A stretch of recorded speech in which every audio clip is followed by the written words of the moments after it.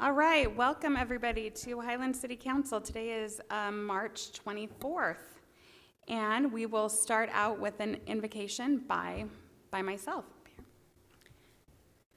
Our dear Heavenly Father, we're so grateful tonight for the opportunity we have to come before Thee in service to our community and as neighbors, and pray that we will be able to have good discussions and make good decisions. We ask for Thy blessing to be with our public safety officers and all the work that they do. We recognize that we enjoy relative peace and safety here, and pray for those around the world who are in need of comfort and peace, and pray for peace throughout the world and for those who are suffering to be comforted. We ask for Thy Spirit to be with us tonight in the name of Jesus Christ, amen. Amen. Would the audience please rise and join me with the pledge? Ready, begin. I pledge allegiance to the flag of the United States of America and to the republic for which it stands, one nation under God, indivisible, with liberty and justice for all.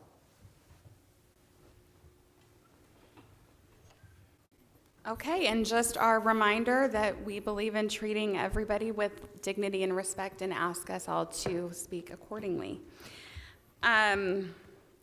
Erin, you're first up with our first and only presentation of the evening. Fantastic. I'd love to. Jay? You want to hit unscheduled public Oh. appearances first? Yeah, no, I'm sorry. I was like, Unscheduled public something felt appearances. wrong. That did feel wrong. I'm sorry. This is why Doug sits by me. Let's see. I have one comment card. Anybody else is welcome to comment. I only have one. Oh, here's some on top of them. So we'll start out with Eileen Miller, and then after that we'll have Heidi, Alexandra, and Taylor, and then this fourth one. So go ahead. Thank you and welcome. My name's Eileen Miller. I'm with the Utah Valley Home Builders Association and the Parade of Homes. And I came special to the meeting tonight because Highland has 7 homes in the parade this year. We're so happy to see that. 7? 7. Wow. And opposed to last year when you had none, which is so shocking because that has never happened before in the history of the parade. So anyway, the parade is from the 4th to the 20th of June. And we wanted to invite all of you to be there. I'll be giving you your complimentary tickets because we know when business leaders and community leaders attend, then the word spreads fast. So we have one home that's $40 million this year. And last year we had a $20 million remodel that was in Provo. So anyway, absolutely amazing. And we're just so happy that you guys have welcomed 7 of our builders. And I wanted your zoning department to know that we have notified the builders that to be able to put up signs in Highland, they have to ask the residents to put them on their property. So we wanted to make sure that we don't, because I had a little deal with the zoning officer before, and I was running around gathering up signs and then asking residents if they could put the signs there. Last year we tried something different. We just had an app that people could follow, but the older people are not really good at that. And so we wanted everybody to be able to enjoy it. So anyway, I have handouts for each one of you. It has the locations of all the homes. We've had to limit it to 40 homes this year because we've actually have more builders. This is the irony of our economy here. Utah Valley is the fastest growing county in the nation. And we have not suffered the economic downturns that they have other places because the building industry is so robust here. So we're just happy to have you guys aboard, and maybe I could give these to Stephanie, and she can make sure that everybody gets a copy. It's the addresses, the location, and if it's over $5 million, we just put over $5 million because, it's crazy. But anyway, thank you so much, and we hope you will enjoy coming to the parade this year. Thank you. Hey, Erin, do we do anything to notify the residents in the houses in those neighborhoods so that they know there's going to be increased traffic and things? I don't think historically we have done anything like that, but that's not a bad idea, Mayor. It just seems like it might be a little preventative in nature. Maybe on your social media. Yeah. That would be good. No. Okay. Thanks. Thank you. Heidi. Taylor. Perfect. But she'll go after me. My name is Taylor Cutler. I've been here before. I just wanted to basically repeat everything I've been saying, but also say thank you, especially to Councilmember Liz Rice. She came out, she saw our little intersection. Well, it's a big intersection. I can't say little. That undermines everything I've said. But she saw that we have the 2 crosswalks. One of them has been paved over and just left. So I understand that we're on the list for ladder paint, and I heard a rumor about maybe a pedestrian study. So thank you so much for listening and for the steps that have been taken. We are still pushing for a flashing pedestrian walk sign or a stop sign, but I just want to say thank you and just kind of be here again as another reminder that we would love to see that intersection just get a little bit safer. Thank you so much. Thank you. And we are talking about the traffic calming toolbox in item 7A tonight. Perfect.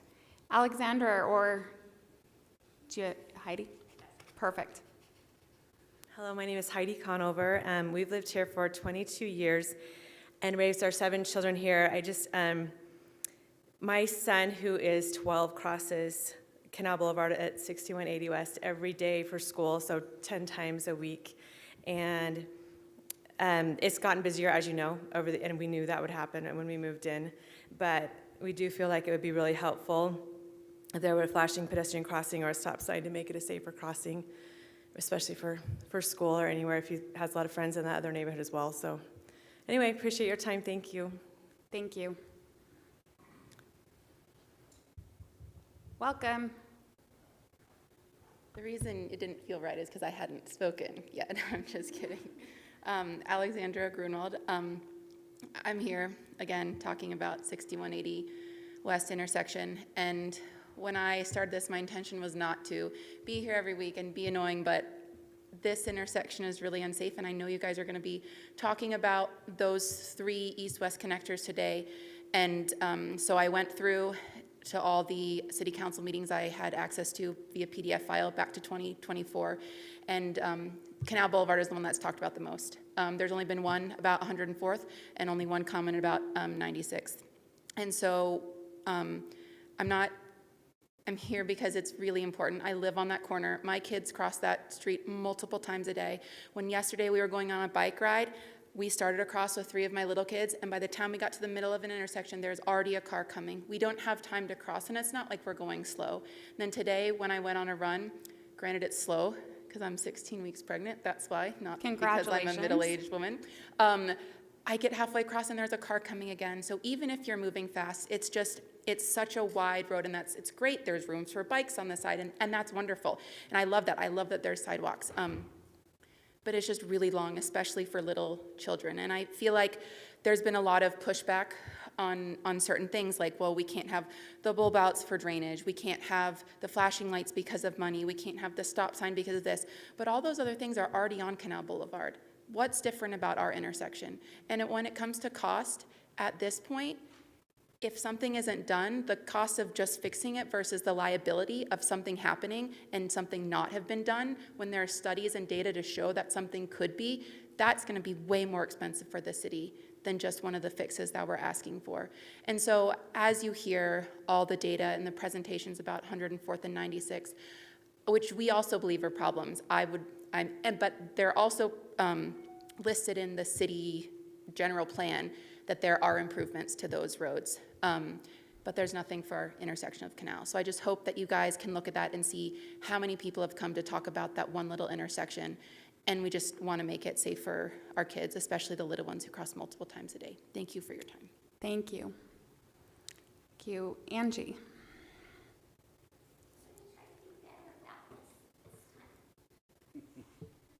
Last time I didn't write anything down, and I turned into a school marm because I am one. You're good. Could you just give your name for a record? Thank you. Angie Tanner.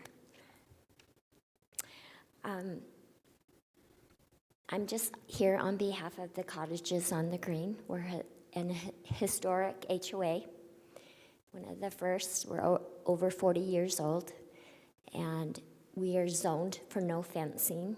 We have a piece of our property runs along the highway. Since Canal Boulevard has opened, we've seen significant traffic noise. And I looked through your studies, and I went to UDOT, And we have some questions. As you have future plans for roads, parks, and trails, are you planning on compensating existing antiquated areas to keep their value? There's a lot of new building going in. And do we consider how many people are going to come in for the Parade of Homes? How many people are going to be on our roads? Are you taking a cut of that? Are you putting that back in our city? How many things are coming in, and what are they doing to antiquated places? If you head north on Canal Boulevard, from Canal Boulevard running all the way up to Timpanogos Highway, on the right-hand side heading north, there are only 3 properties unfenced. They are all 3 of them were built before 1985. What happens to those places? What happens to those as we develop more and more, right? Even 10 years ago, what did it look like here? 20 years ago. I mean, this used to be old farmlands. I'm Davy Adamson, who founded Highland. I mean, what did it look like then? What does it look like now? How do we keep our citizens who already live here? How do we protect their property? And I'm hoping that you'll consider, and we are, there's 18 of us, majority of the people living in my HOA are on fixed incomes. So I had it bid for 508 feet along the highway. I actually had it bid with the company that the old wood fence is using to put the new cement up. It would be $60,000 for that barrier fence. We already have a big berm. We have a lot of things in place that should protect it, but if you walk through our property, you can hear noise all the time. I moved here 10 years ago. I heard it from 5 to 5:30, just a little bit. Now I can hear it all day. And we don't have the fences in between our homes to even stop any noise. So I hope you'll consider, as you let developers come in, that they are paying to maintain antiquated areas and upgrading them. Thank you so much. Thank you, and feel free to reach out to any of us via email, and I'm sure we'll be happy to respond or meet with you. Thank you.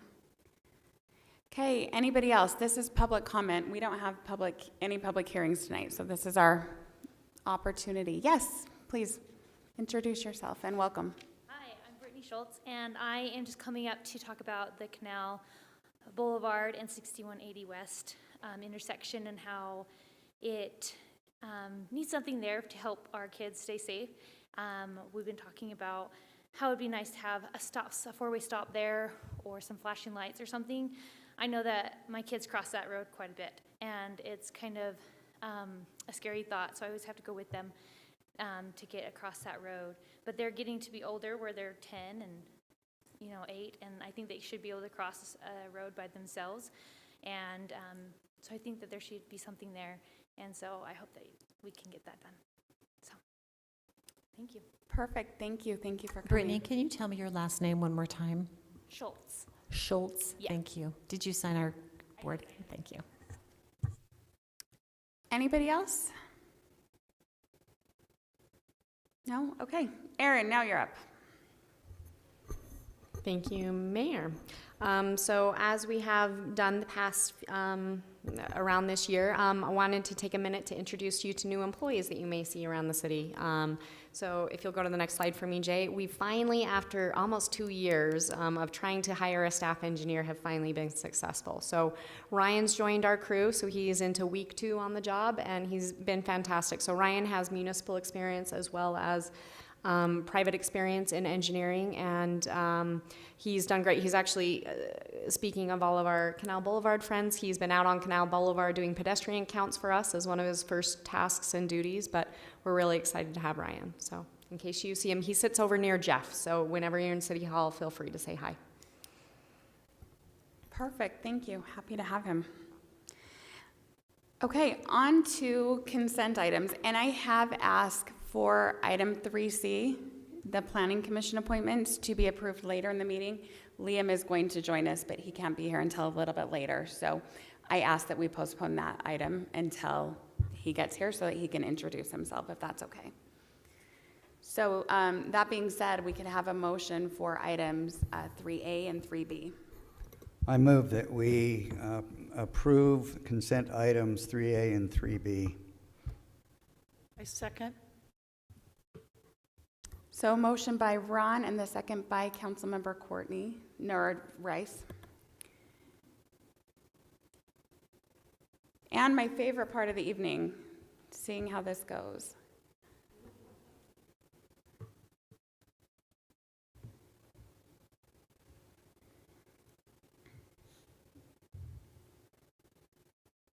I've submitted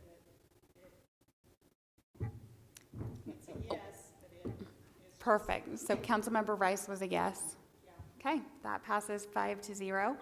On to item 4A. This is a plat amendment, and I believe that is Mr. Patterson. Thank you, Mayor. This is a relatively minor lot line adjustment between two lots. To orient you, this is just south of 11800 North, kind of in the Dry Creek area there. You can see the two lots highlighted in blue. All that is being requested is that the lot lines one lot line between lots 18 and 19 of the subdivision be shifted, moving about 1,000 square feet from one lot to the other. Essentially, when the area got developed, the landscaper followed an incorrect line that everyone has followed since then, and so this is truing up the boundary line to what everyone has treated as the boundary line for the past 20-odd years. Both property owners have agreed to this. I've gotten a signed statement from both of them. In reviewing this, we don't have any concerns as staff.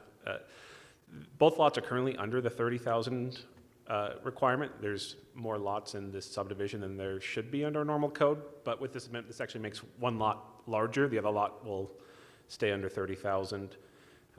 In order to approve a plat amendment, there's several findings that need to be made. I've outlined those in the staff report, and unless anyone has questions, I'll just state simply that as staff looked at that, we believe each of these have been met, and we have proposed findings in our staff report that can be adopted by the council.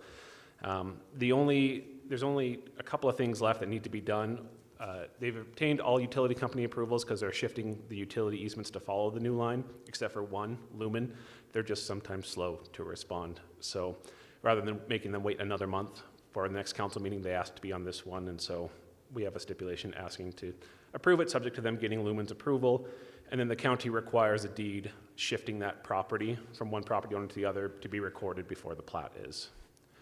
So that ends my presentation, Mayor.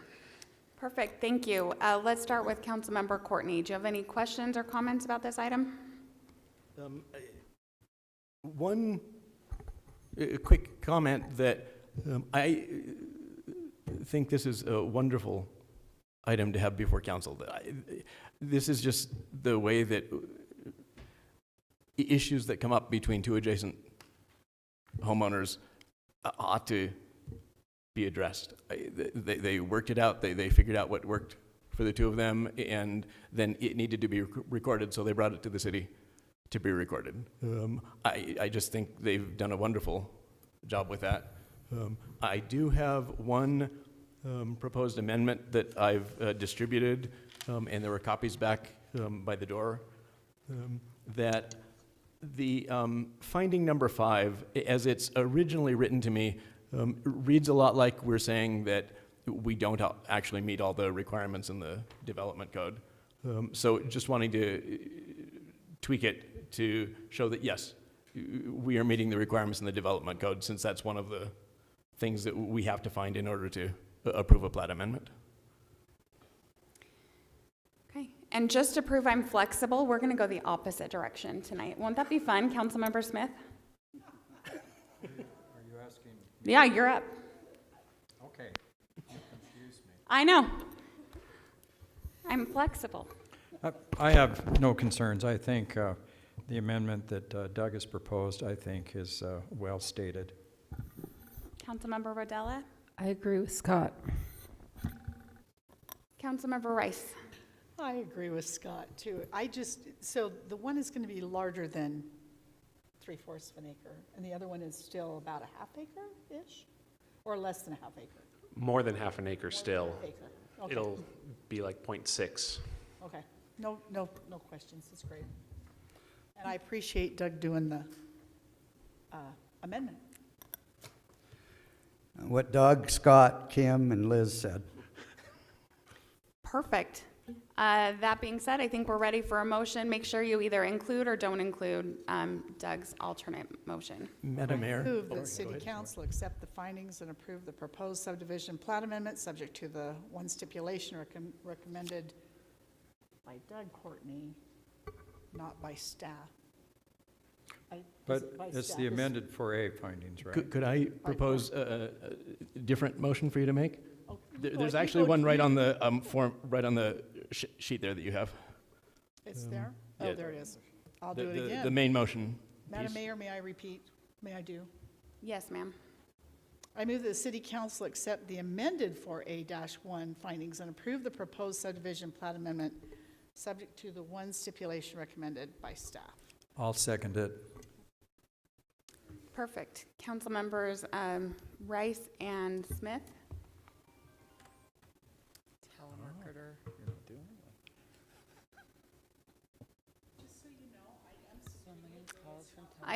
I believe you, yeah. That's all right. We'll just let you do a voice vote. Do you want to go ahead with a voice vote then, Councilmember Rice? It says yes, but it won't. So the vote is yes. Perfect. Thank you. Okay, 5-0. All right, Jay, fling fees.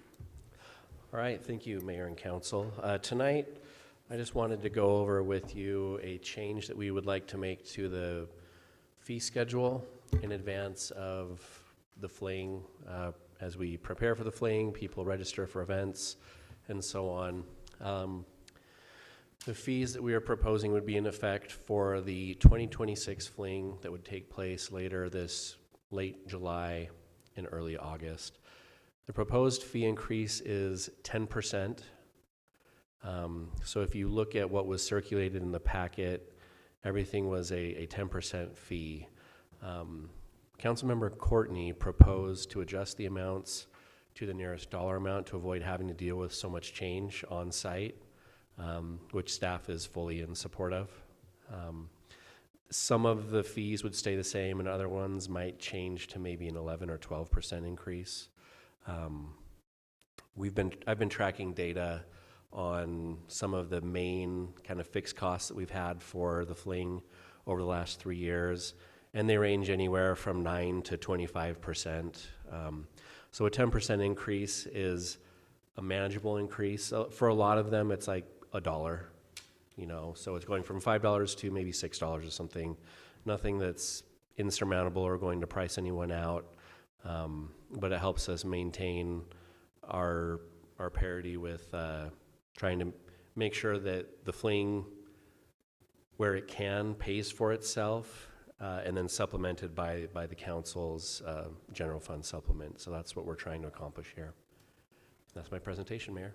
Oh, and I also I handed it out as well, but there is, this is just a snippet of what it looks like with the 10% flat increase or the 10% rounded.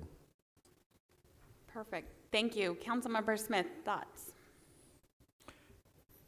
So I think I understand the intent here, and we certainly want the fling to be as self-sufficient as possible.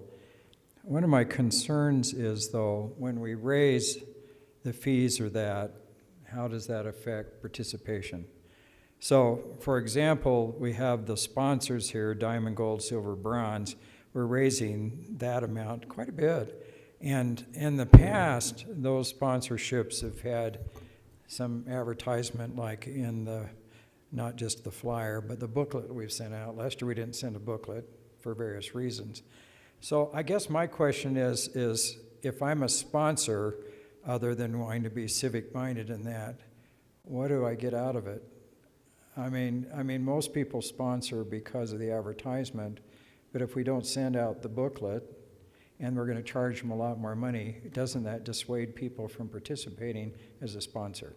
That's my big concern. And it's the same with all the other fees. It's a community event. Yeah, we want it to be self-sufficient, but if we raise the fees so that people don't participate, what have we accomplished? So I'm kind of a little hesitant voting for 10% increase, especially for the sponsorships, because I think those that sponsor, how long has it been since we've had a diamond sponsor? Do we get one every year? I'm not sure if I can answer that. I do, you know, we have every intention of doing a booklet this year Right. because we recognize that was an error last year, certainly. But we want to make it worth it to our sponsors, certainly, that because, you know, you're right, they are civic minded and we appreciate that, but also it's fair for them to get advertisement because of this, Right. certainly. And I think that's one of the reasons they do it, besides of, you know, being invested in the community. And So, thinking through, I know yeah. Central Bank and Highland Hideaway Storage have been our big sponsors. I'm not sure if they've been Diamond, but they've been our high-level ones in the past. Yeah. Last year, we had Central Bank, Mountain Event, something, Highland Hideaway Storage, all listed as Diamond sponsors on the website. Okay.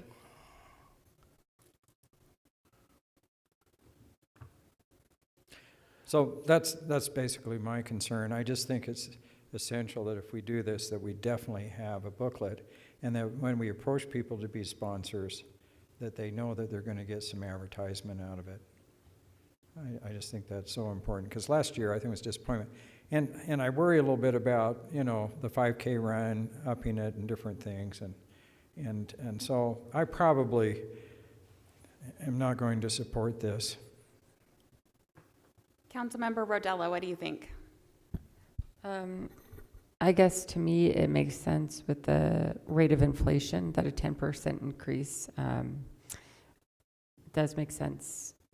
I think the only thing is with the sponsorships, we need to make sure that what we are giving our sponsors actually meets what they're paying. As in, is this going to be able to help market their business? And I think that's my only thing, because last year we didn't have the magazine, and so that sponsorship just didn't meet the requirements that needed to be met. So I'm fine with the 10% increase, but I just want to ensure that with that increase, it also is a 10% increase of quality In that we value. provide, and value. Have we increased these every year? When's the last time that we increased? I don't even know. It's been, I think, before COVID, I want to say, it's been quite a while since we've increased them, so. With regard to the parade, at least, we have not increased the parade registration fee since I've been involved with the parade, which is probably 2018 or 2019. Perfect. Okay. Councilmember Rice. So I really kind of agree with Scott on this, and I hope I'm not jumping the gun here a little bit, but I know the chamber was talking about, you know, as one of our contributions to the city is participating in the fling. And we might be able to, well, I'm jumping the gun, but just be aware that I think that maybe we should bring this back after we've seen maybe what the chamber can do. And it's because I think that every time you raise prices, it prevents people from, you know, setting up a booth. And we want our businesses to really participate. We want them to have booths. We want them to sell their whatever, their food at the fling, everything. That's what we've been talking about. So my maybe question. Ron can jump in here and help. Well, my question about that though is, Jay, when do you need to know exactly what the fees are so that you can start planning the event? It seems like there's probably some kind of a timeline for you. The planning is already underway. I can't say exactly maybe when, like, disc golf is going to open up registration, but if the fee is going to change, it's better to do it sooner rather than later, so that we're not caught flat-footed there. I do want to say one of the reasons why we hired Brooke as the events coordinator is her background in fundraising with proper organizations like Utah Valley University. I feel like she has a good frame of reference as far as when you're a Diamond sponsor, this is the type of stuff that you get. You get your banner on the stage for the main headliner band and things like that, as in addition to being in the magazine. I don't know the exact details. I haven't talked with her about those yet, but I do feel confident that when we're talking about sponsors, they will get what they have traditionally gotten, if not more. Perfect, thank you. And then did you have a comment? No, I was going to say, go ahead. And then on the pickleball, as popular as that is, if we're going to raise them, it should be more than that. That's my only comment. I don't want to raise them at all. But as I look at, and I know there's a need because I saw kind of how last year's went as far as money goes, right? But anyway, I'm kind of with Scott on this. And I just would like to wait, even if it's just until April. And I know we only meet once in April, right? Correct. Anyway, that's how. Councilmember Rice, is there a representative from the chamber that could sit down with the events coordinator and give her an idea of what the chamber has in mind as far as their involvement in the fling? Sure, and I know that we're preparing a presentation for not just Alpine City, but for Highland City. So we, you know what we could present for you, for the city, for us, and for our businesses. So I just don't know exactly what we're going to have in that and what we're not. So does that answer your question? Okay. We just need some coordination. If you're asking us to put this on hold for whatever the Chamber of Commerce can do, and so we'd like some coordination so we know what we're waiting for.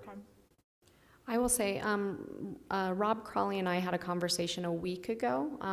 He was working on the MOU that we asked him to. And when I spoke with him, kind of to get some details, when he and I talked about the fling, and maybe you and he have had different conversations, Councilmember Rice, but he said, I think this year what we can do for the fling is push out your information to all of our businesses. I don't think we're going to have much more capacity than that. And so whatever we do, they'll certainly market to the businesses for us, but I don't think that they're going to be able to do anything more than that for us at this point. And you're right. I just would like to see it be super popular, and I don't want the prices driving them away. 2 years ago, we made an agreement with the American Fork Chamber of Commerce that they would help get sponsors and fundraise for the fling. It didn't go anywhere, but they didn't do anything.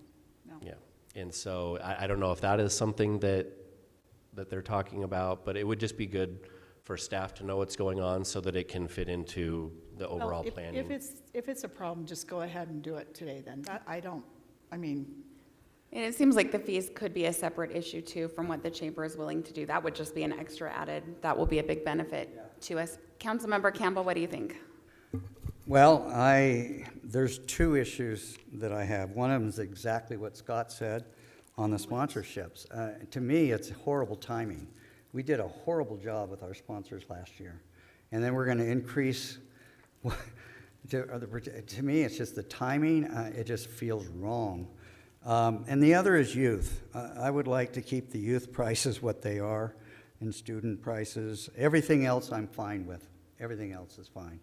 But those two, the youth and the sponsors, I would like to hold at least one more year on the sponsorship so we can show them that we can get it right, because last year we did not.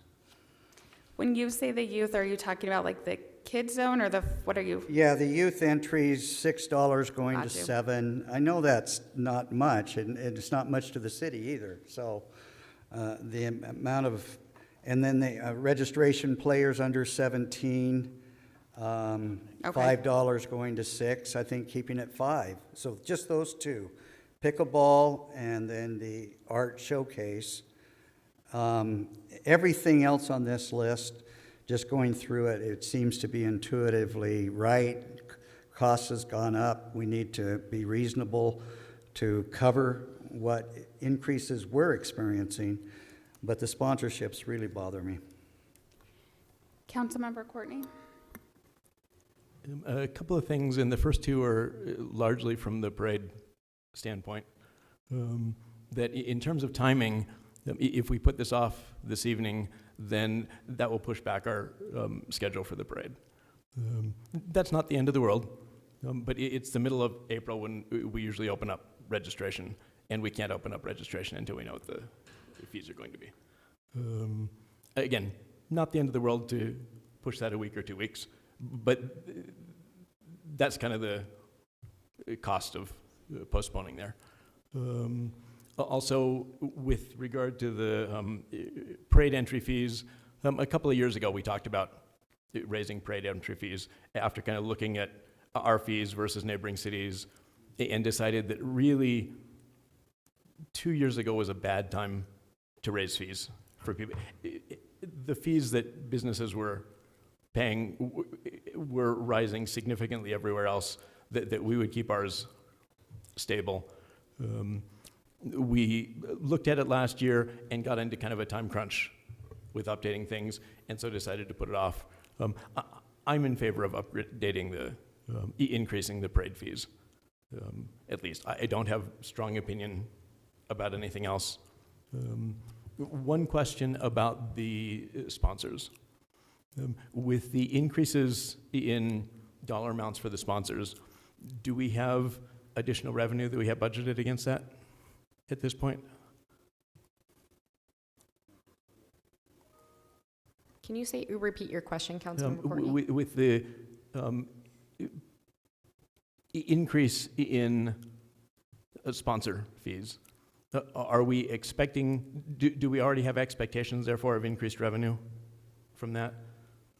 I'm inclined to agree with Ron that we did a really bad job with our sponsors last year.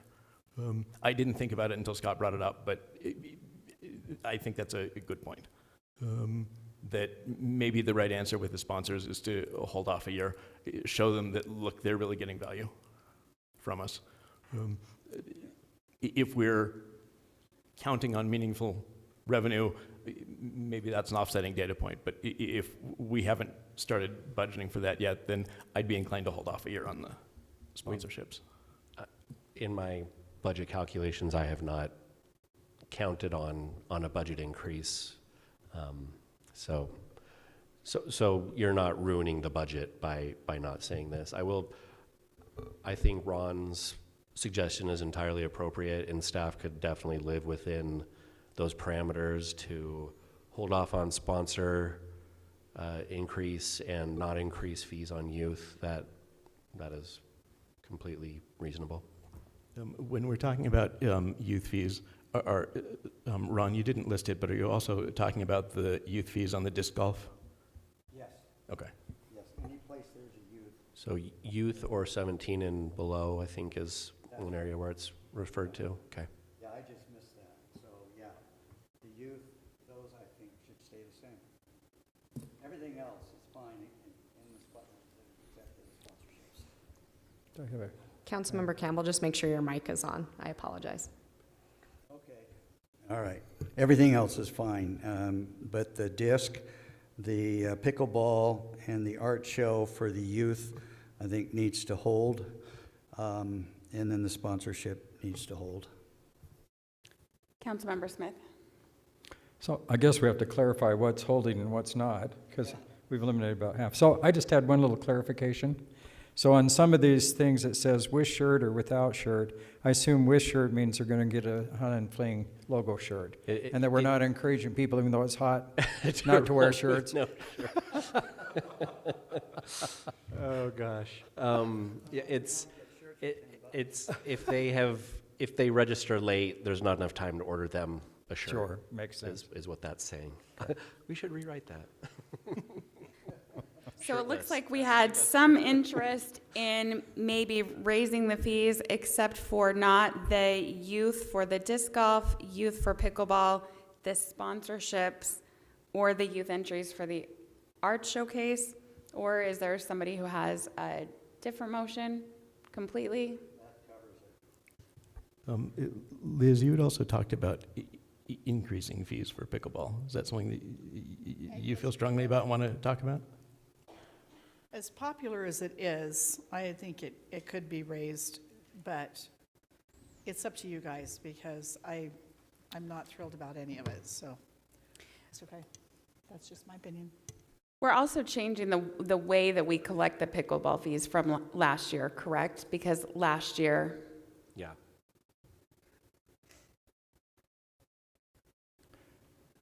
So, one last comment. Yeah.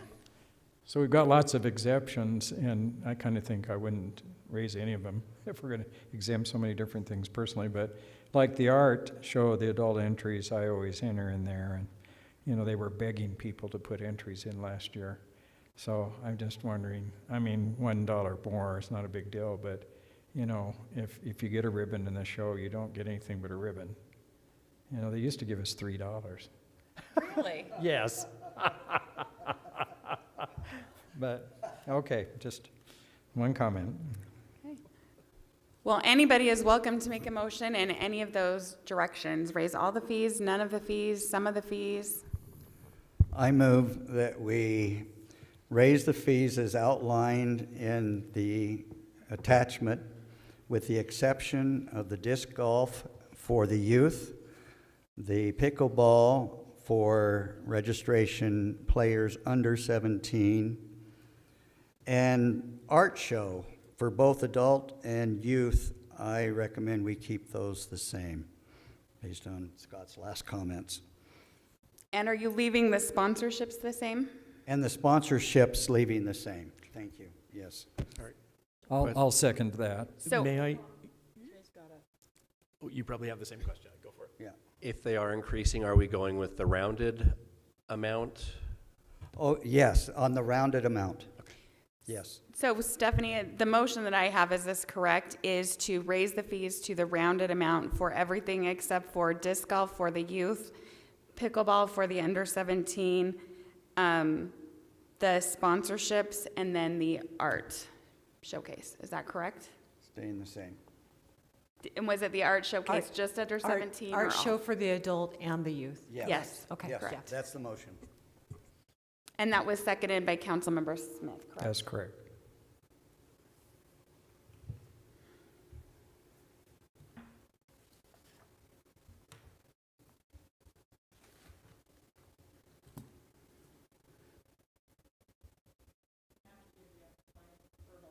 Okay, let's wait until we get, okay, go ahead. Okay. That passes 4-1 with Councilmember Rice voting no. Okay, on to our expedited items, Highland Boulevard Roundabout with some good news. Is this you, Erin? I'm actually going to let Chris handle this one. Perfect. Good news, Chris. Good It's your news. good news minute. Is that a thing? Let's have that be a thing from now on. So this is just the memorandum of understanding that we have between MAG and Highland City to help fund our portion of this project. As this was an expedited item, I didn't include a council presentation, but I did. There is a motion to approve on this that includes the resolution as part of the approval. So, and I think there may be a question I think Councilmember Smith had. Is that correct, Scott? That is correct. So, so I think this is great. So MAG's given us $1 million, basically, here of taxpayer money, and we only need a portion of that, and we can use the money in other projects. What other projects can we use it in? We can use it, we believe, for any other street project. So a couple of ideas that we've had as staff is first of all, when they do the roundabout, when they construct the roundabout, they're going to close that portion of Highland Boulevard. So there will be a detour from Grant Boulevard down Salt Air and then out Dry Creek. And so one of the thoughts is maybe we hold some of this money back to see what, if any, damage occurs to that detour road as we have all that additional vehicle traffic on it, to see if we need to use some of that money to help do some road maintenance, to make repairs that are the direct result of this project going on. Another thought we had is we've been trying to work for a couple of years with the developers of Ridgeview and on 10100 North, that street that's just south of Lone Peak Boulevard, that really wasn't finished. Right now, the developer is willing to do their portion of it, but it still leaves a lot to be desired on what that finished road would look like. So the thought is maybe we could use some of these funds to help just rebuild that entire cross section and have a better road built in there. So those are some staff ideas. Willing to listen to any other ideas that might be out there. Is MAG okay with that? That we would? MAG is okay defer? with that. Okay. So in this MOU tonight it's just approving the MOU. It's not saying what we will use those excess funds for, correct? Correct. It just will approve the initial funding for it. We included a 10% contingency in it. If there's any additional funds that come up as we go through construction, then we'll have to go back and we'll have to amend this MOU. And we would come with a second MOU once this project is complete for whatever the remaining balance is. Yeah. So can we use any of this money for like the traffic calming toolbox? I mean, we've heard from the residents about this one intersection. I Can we use think some of it's the money there? intended to be for street projects. Okay.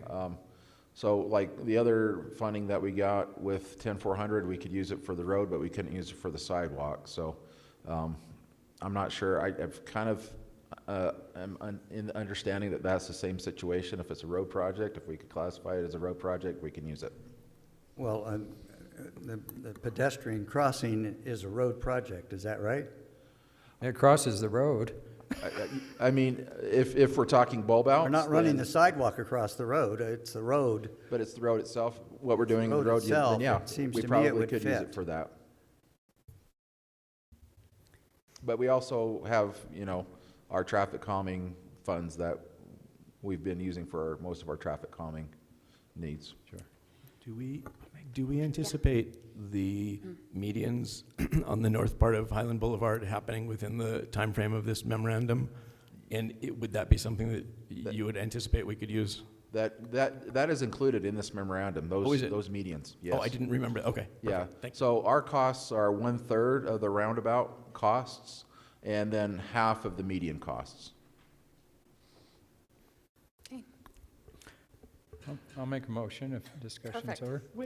Which is how much money? It was 485, something like Yeah, that? 485, Mhm. something like that. So I move that the Highland City Council approve the memorandum of understanding and resolution between Mountain Land Association of Governments and Highland City for the funding of improvements along Highland Boulevard, which I'll includes the second. roundabout, medians, the things we've discussed. I'll second. So motion by Councilmember Smith and Councilmember Rice with the second. Presentation.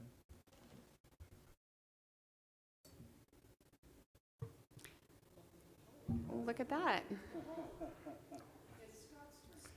No, Nope, we're all set, and that is 5-0. On to discussion items. Jess, welcome.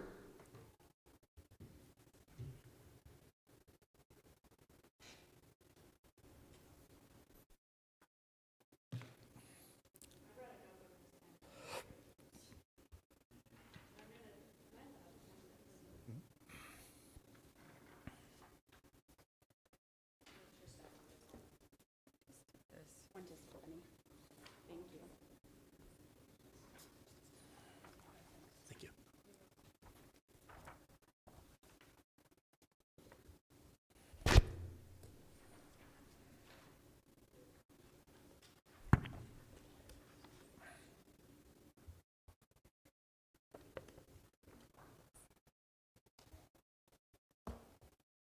I'm glad I brought enough. This discussion item is preparation for some thoughts that have come up quite recently with some URS trainings that I've been to. I went to one today. The handouts that I gave you came from that. Essentially, let's see, how does this thing work? Cool. Currently, our practice for our, and we kind of talked about this when we were talking about the retirement contributions for the elected officials. But our benefited employees currently get a 2.2% contribution to their 401k or 457, and a match of up to 4% in lieu of Social Security. what we're proposing tonight is the discussion for tonight essentially is finalizing a policy that implements this.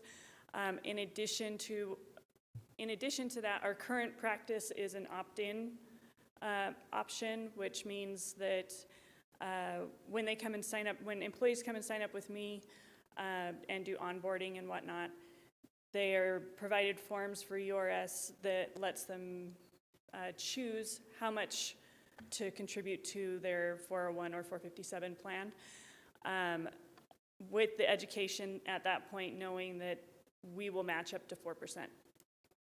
There's some further education that happens later on because they can change their contributions at any time, like during benefits fairs, and we also have our URS person, I don't know what to call him, but we have him come occasionally and do trainings, and people can set up one-on-ones with him. So our current practice is an opt-in practice for the 4% match. The city and staff have been researching the idea of making it an opt-out program, so that as soon as someone's hired, they sign these forms and understand there's like a declaration, a form that they have to sign acknowledging that their 4% would be automatically put into a 401k, and then if they didn't want that to happen, they would have to opt out of it. Any questions? Go ahead, Councilmember Smith. So my question is what percentage of our employees are not choosing to opt in? What is that percentage? It's 8, how many have about employees? 8 employees, so that's 0 opt-in, or a portion of it, not a full 4%, is 8 employees out of 34. I don't know what the percentage is in my head. So if you have an automatic thing, they'd automatically be enrolled, for they have to put in 4%, and the city matches the 4%, is that correct? But the city already gives them 2.2%, right? Automatically, so they that get 2.2. automatically the city would give them 6.2%. Yes. Right? Yes. Yeah, unless they decided to opt out. Correct. So what's the advantage of having automatic opt-in over opt-out? That flyer, the piece of paper flyer that I gave you, is from URS. The advantage there is, according to that flyer, is 90% of people will stick to the default of whatever is set up for them. And the benefit to them is that their future is more secure, with more funds to prepare them for retirement. I think it's a benefit, and I think it also gets people thinking a little bit more. And if they're not thinking, they're benefiting. But if they are thinking, then it's a what's the word I'm looking for? It's a very intentional decision to opt out. And so I think it benefits the employees both ways. So where I kind of struggle with this just a little bit, you know, I think we have a great staff and some great employees, and I want to be real supportive to them. Mm-hmm. But no one ever talks about how much it costs the taxpayers, and we're elected to represent that. So I personally like to have choice. If somebody wants to do it and they're informed about it, but they choose not to do it, I think that's their right. I mean, I have chose not to be involved in my office's 401k the last year or two because I'm trying to pay off some debt. Mm-hmm. And so I like people having the choice to opt in if they want to, but not automatically be enrolled, because, you know, I think at the same time I have to kind of balance the taxpayers. We never ever talk about the taxpayers. You know, it's just what can we do to benefit the employees, and that's important because they serve the public, but at the same time I think we need to kind of balance things. So that's my opinion. Yeah, that's fair. I absolutely can see it both ways. One I can see budget it as a benefit, not clarification, we actually budget it as if people are going to take advantage of it. So it won't impact our budget, Councilmember Smith, but it would impact, essentially what it would do is, if those employees continue to choose not to do it, essentially, we end up with more in our fund balance, which ultimately benefits the taxpayers that way. So we budget already as if they're going to do it, but it would reduce what we end up with in fund balance at the end of the year. Does that make sense? No, that makes perfect sense. But if there isn't the fund balance, then we don't have that to use, because we always find ways to spend the fund balance. That's true. What do you think? I mean, this is a policy with the state also, so I'm pretty familiar with this. It's an opt-in? Yeah, it is an opt-in. And do you think that's for the best, or what are your thoughts? Yeah, I mean, they have all the information. They can decide whether they want to opt in or not. So, people decide whether they want to take advantage of it, and we try and educate them on why they should, but in the end, it's their decision whether they want to keep the money in their pocket or put it more towards retirement. I actually do have a question though, because URS did come and talk to us about all this as well, because I work for the state. Does City Council receive URS benefits also? No, we just eliminated that. Not full benefits, but you receive the 7.5% in lieu of Social Security. Okay. Into a URS account, 401 or 457. So yes, but no. Okay, so URS, I had this question for them, and they actually didn't know, because some cities are different. If working for a city, does that then work towards your years of working for government for URS towards your 30 years, or no? Part-time or full-time? I mean, we're city council, so for part-time. city council, I don't believe they do. Okay. I think you have to be full-time to be contributing towards your years of service with URS. I could find that out though, because I had years of service before and now I have years, so I could find out for you. Yeah, I had when years I get of my service next- before, and I have years of service after, but URS didn't know whether my years here was contributing to it or not. Interesting. Yeah. So if I could, Yeah, go ahead. so on my URS, because I do already take retirement, I have to stay part-time. I cannot opt in on anything else. It'll mess up my other retirement. So that might help you, Kim. But I do have a couple of questions when you're ready for me. Go ahead. Now? Yeah. So can I say one more thing? Sure. Sorry, to Kim's question. I also know that some cities have full-time, have a full-time mayor, even though they don't work whatever a full-time employee would normally work, like the 2080. Their full-time is based on their salary rather than what time they're putting in. So I think that's probably why they're saying we don't know, depending on the city where you're at. I want to say Orem's mayor is full-time. Lehigh is full-time. Lehigh is full-time. So so it just depends on where you're at, whether or not it provides service for you or not. Sorry. Okay. So you need to go back over this because URS always worries me a little bit. I have about 3 questions. So we budgeted just for this year for this, Aaron? Or is it in the budget for next year? It's always in our budget. So we budget every employee as if they are going to put in 4%, so the city has to Okay. put in 4%. And so does that mean we don't match at full? Didn't you say 2%? Educate me on that, please. Sorry, our base contribution is 2.2%. So if you put money in or don't put money in, we're going to give you 2.2% into your 401k. But do they have to match that? And then do we have to match what they put in? No, so then on top of the 2.2%, it's 4%, up to 4% match. Up to 4%. So if Aaron wanted to contribute 3.5%, then, dang it, I shouldn't have done a funny number like that. I can't do math on 3.8%. Thank you. Then we would get to 5? Oh no, 6. Help me. So let's. Then we would get So if I contributed 3.5%, the total contribution from the city would be 5.7%, which is the 2.2 automatic and then the matching 3.5%. Thank you, Rob. So instead of percentages, let's put that in dollars, because ultimately, it does come out of the taxpayer's pocket to URS. And, I mean, let's, just speaking from experience, no matter what you put into URS, you don't always get it out. I mean, unless it's in my 401, I will. But can you explain how much money that actually would be for one employee?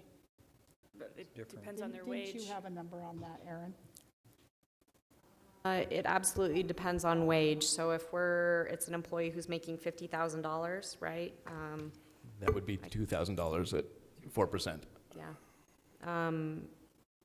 Versus, okay, if it's $100,000, then double what Doug just said. Okay. I think I understand. And that was just the 4% I was talking about, not the 2.2 on top of it. That's a good point. I don't like. Did you say you have 2 more questions? You got it all. Sorry, my mic. The matching was one, and we budgeted for this year, and then how much money? It just would vary, I guess, so that's all. Yeah, so just to maybe clarify and help you out, this is in lieu of Social Security. So we don't pay taxes into Social Security, and neither do our employees. So this is in lieu of that. And so this is kind of it works like we're- the U.S. Postal Service does, because they don't put into Social Security.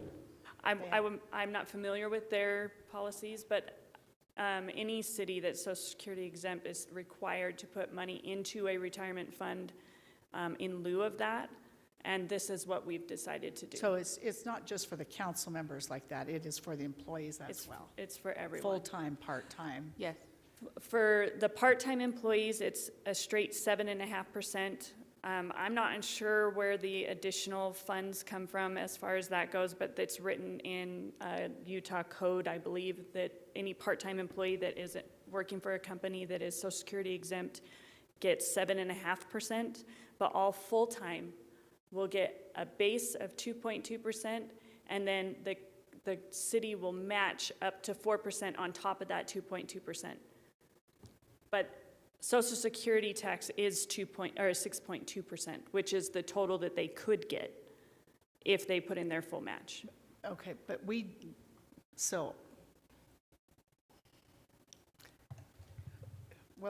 so we don't match that, the Social Security. We don't do that at all. We don't put into Okay, Social Security at all. No. Okay. It saves us 7. Yeah. So it actually saves us more than that. Yeah. Councilmember Campbell, I think you probably have opinions on this. I do. I bet you do. First of all, I deeply believe that if we take care of our staff and we have good, effective staff, we are benefiting the taxpayers. They expect us to make decisions here that will put their tax dollars to the most efficient and effective use that they can do it. And if we take care of our employees, we'll get better employees, period. I'm very much in favor of the opt-out. Going back early in my life, I was in the military.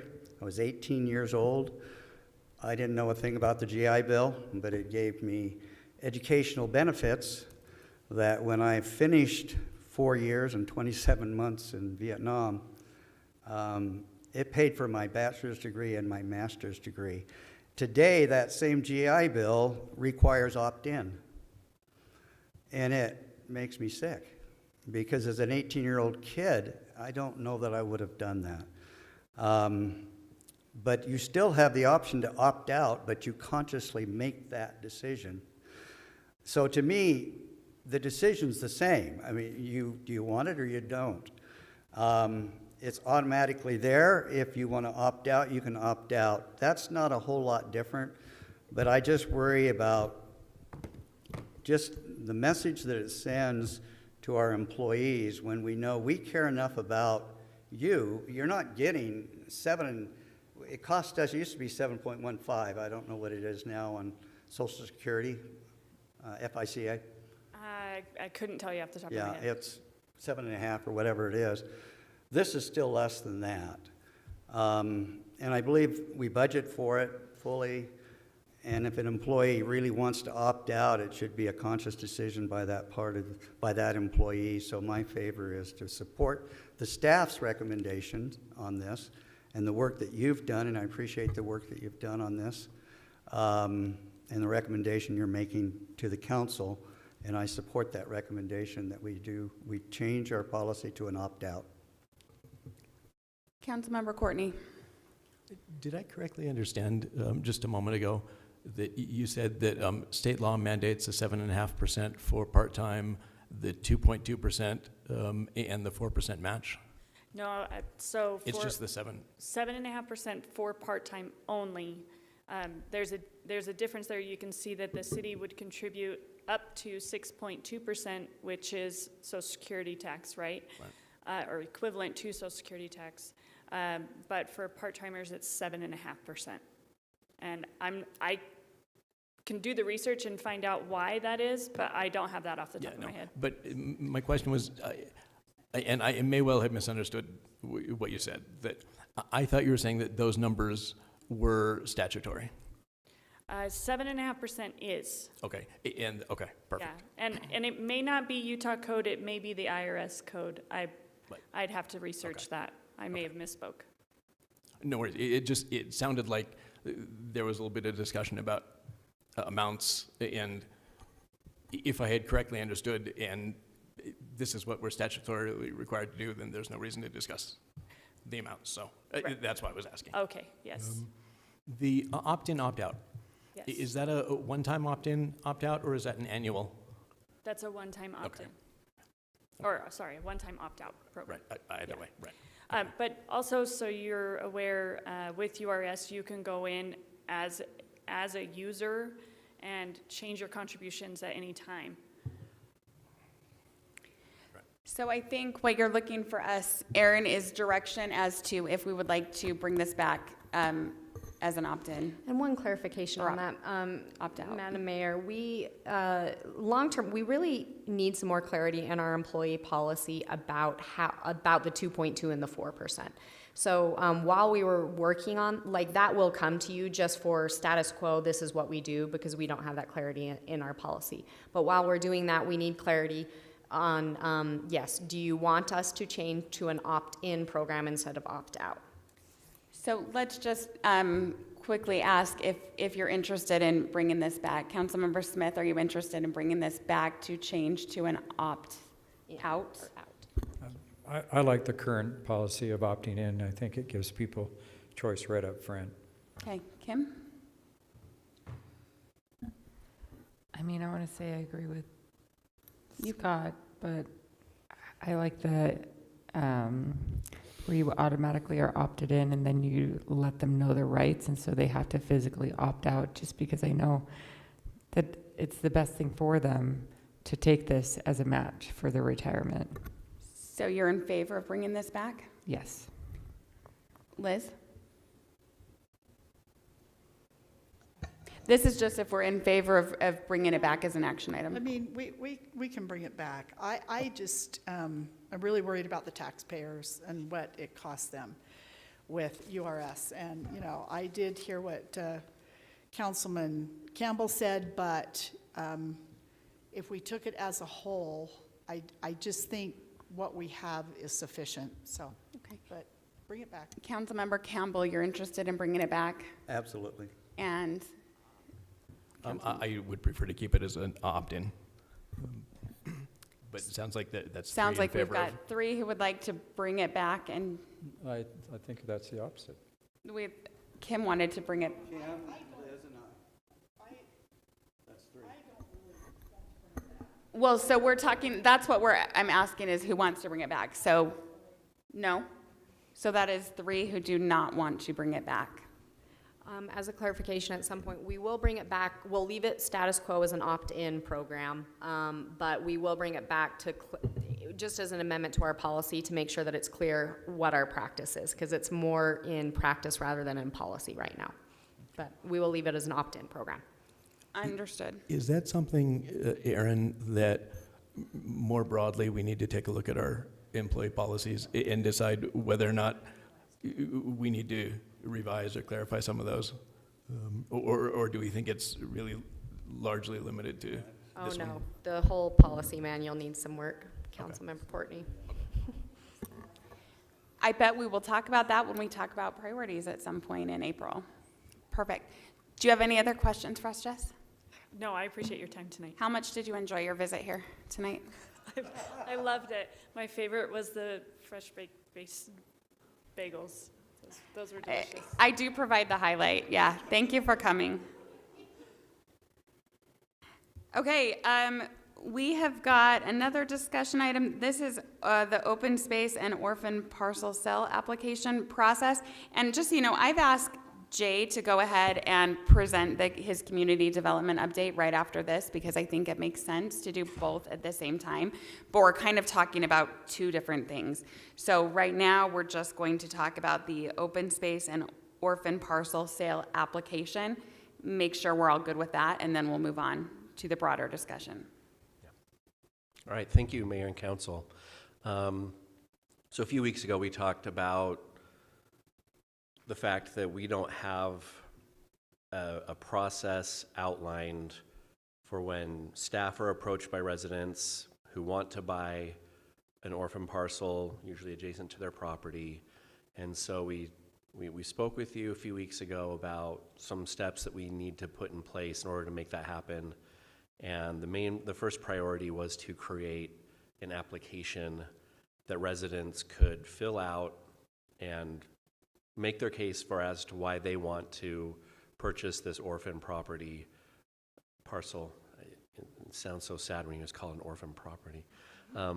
So what I want to ensure that we have tonight is that the document that you reviewed in the packet, it's a document that we used to create this tool. It's an administrative tool.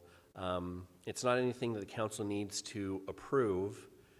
It's just an internal document that we created for the expediency of allowing staff to review a petition to purchase a parcel of land that we can then bring to the council with all the information that you feel like you need in order to make that decision.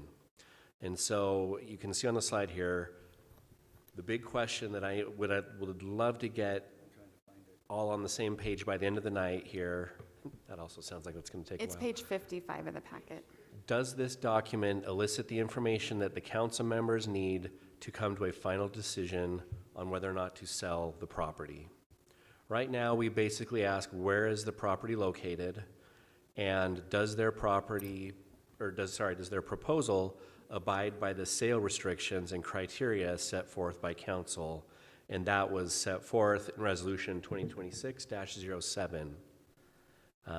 It goes over a number of things like will their proposal create an additional orphan parcel? Will it interfere with any underground or above ground city infrastructure? So things like that. Those were vetted by council. And so anyway, just want to understand from council if you feel like this application, if someone wrote their narrative as to why they want this, what they plan to do with it, and they feel like they have satisfied those requirements of, no, I checked with staff and I don't have any, the city doesn't have any underground or above ground infrastructure. No, I'm not along a trail corridor. No, I'm not along, just helping them understand that there are criteria that if you don't meet that, sorry, no sale. And just to, I guess, conclude my remarks here before you start to discuss, Doug did send Councilmember Courtney sent some comments, already some of his feedback, and one thing he said would be nice to have a yes or no on a statement that they have placed or maintained landscaping, fencing, or other improvements. So basically, they would need to acknowledge whether or not they have already encroached on city property. And the council seemed to, at least some of the council members, when we last discussed this, seemed to be amenable to having a sort of encroachment penalty when they're purchasing a property from the city if they've encroached. So, kind of as a penalty, I guess, however you decision makers want to look at it. So Jay, is that increase the sale price for land sales as an encroachment penalty? Does that discussion need to be part of our discussion about this form generally, or is that a separate item? Just want to make sure we get you the answer on the form. It does need to be discussed. It could be discussed with the next item instead of this one. My personal opinion is that the reason that one might think that it needs to be tied is the question of whether or not we put the "have you encroached" question on. Personally, I would like to force them to answer that regardless of whether or not there's a price difference. So, and I think the have they encroached is something that would go on the application, but is that increase in price, I think, is maybe a separate conversation. Sure. So I guess I want to get three things from each of you. So I want to know if you're good with this application as it is, if you want to include Doug's addition, and if you have any additions or subtractions of your own. Kim, so what do you think? I'm good with the application as is. I think the encroachment thing is a tough one because there are two different types of encroachment. There are those that encroach for the benefit of their own good, and there are those that encroach because of lack of maintenance on the city's part. And so they have had to then take over the maintenance because we have been unable to do it. Or, I mean, to be honest, we haven't fulfilled our obligations as a city to take care of the city property right next to their property. So they had to do it for us. So I don't like that it is an overall negative connotation of encroaching, when for some, they are actually doing us a favor by maintaining property that we didn't maintain. Do you think, Kim, that those properties should have a maintenance agreement or no? Yeah, and I'm sure people would love to have a maintenance agreement for those areas, but I mean, the ones I'm thinking about are along trails in which we have not maintained the sides along trails like we should. Some sections we've maintained, some sections we've decided we haven't, and I mean, these people actually don't even want to maintain it, but they don't want the area by their yard looking like trash. So are you you're a no on this statement from Doug, or would you like to change it to be something else? I guess I'm a no on that statement from Doug, just because it's going to get too complicated. Jay, did you have a comment on that? If it matters, to Kim's point, if the property in question for sale is along a trail corridor, it's ineligible for sale. So there you go. Unless the council has approved it for sale. Because we have done that in Hamilton and several places. Okay. But according to the criteria that they will be reading in the application and staff will be going by, we would deny it. So I guess that's the question, because what they would do is they would take this list of criteria on the last page of our packet, and if it doesn't meet those criteria, it's not eligible for a sale and it won't be brought to us. Yeah. So if we need to change anything in the criteria, that's what we would need to think about now, because those are the criteria that we passed a year ago. Although the criteria is a little bit ambiguous in that regard, because it says that we won't sell it if it is part of a trail corridor, but it does say that we may if it is adjacent to a trail corridor. And so what counts as the trail corridor and what counts as adjacent to? Yeah, it's a little confusing. So I guess it sounds like Kim and Scott are not quite comfortable with the criteria as we have them. And Well, this is, and I agree 100% with what Councilwoman Rodella said, because, you know, she's been involved in an open space neighborhood as several people on the council. But the problem is as a council, we have approved selling land alongside the trails. Wimbledon's an example. And some of the people there chose to, and some chose not to. But it was, you know, up to 5 foot by the trail. So, yeah, I don't know how you can just say, okay, if you make an application from Wimbledon, and we've already approved that, you can't do it now. So that's what we're implying here, or that's what goes in that. So the other thing that Kim didn't really bring up is that sometimes people have maintained this property because, as she said, the city can't or haven't done, and so they've done us a favor, but then they sell their property, and so the next owner comes, and they don't understand all the situation. So I'm really opposed to putting some sort of punishment in for encroachment. I think what we need to do is work with people and say, hey, you can't encroach, but if that property could be sold, I don't think we need to come and then penalize them for doing it. Because that's kind of the impression I get, because you get too many complications and penalizations and things. In the end, nothing happens. And so I think, you know, and I brought up the Caddy Lane Trail on along the country club of Cedar Hills, which is in Highland. And the people along that area, I know they didn't get maintenance agreements and different things, but they encroached and beautified that trail. Yeah, they did. And it's a beautiful trail.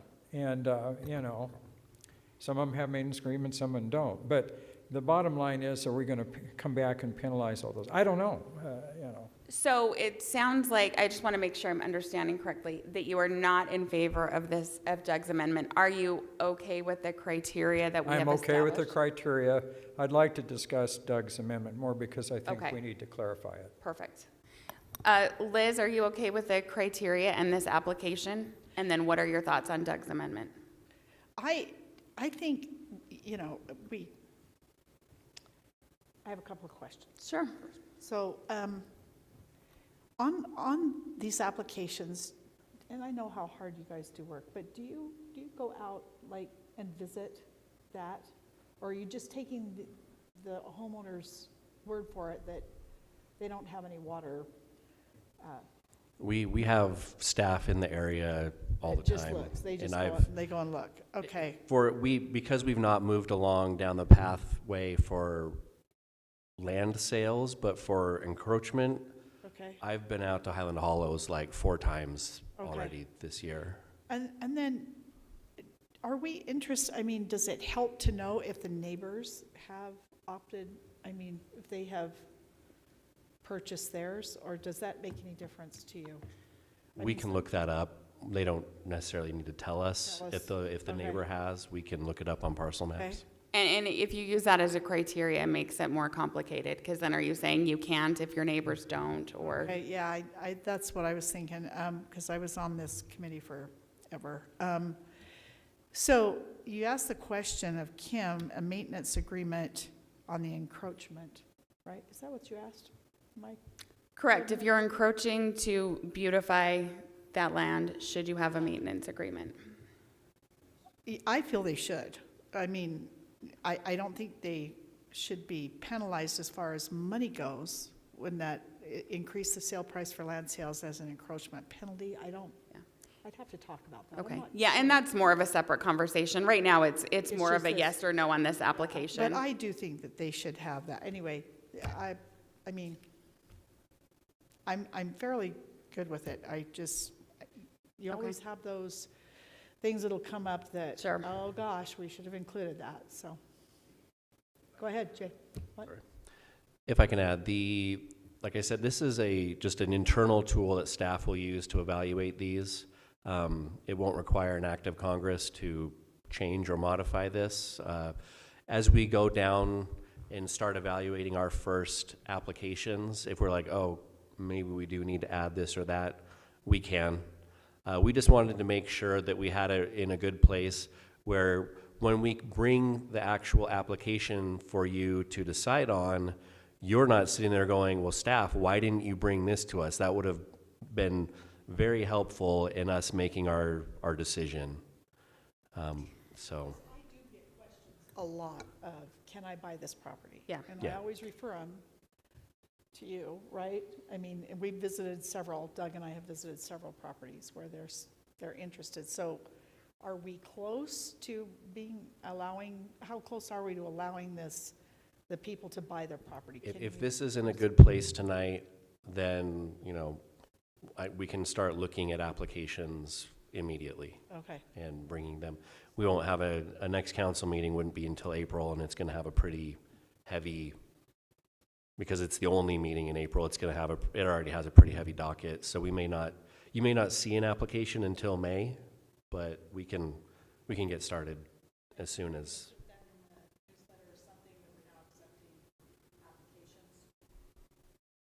I don't have my mic on. That we're going to accept applications again? Are you going to Or put do you something have a in stack? it's probably good to just let them come in organically and make sure this process works before we advertise it. Yeah. It would be my initial instinct. Yeah. Speaking of acts of Congress, though, our zip code bill is moving right along.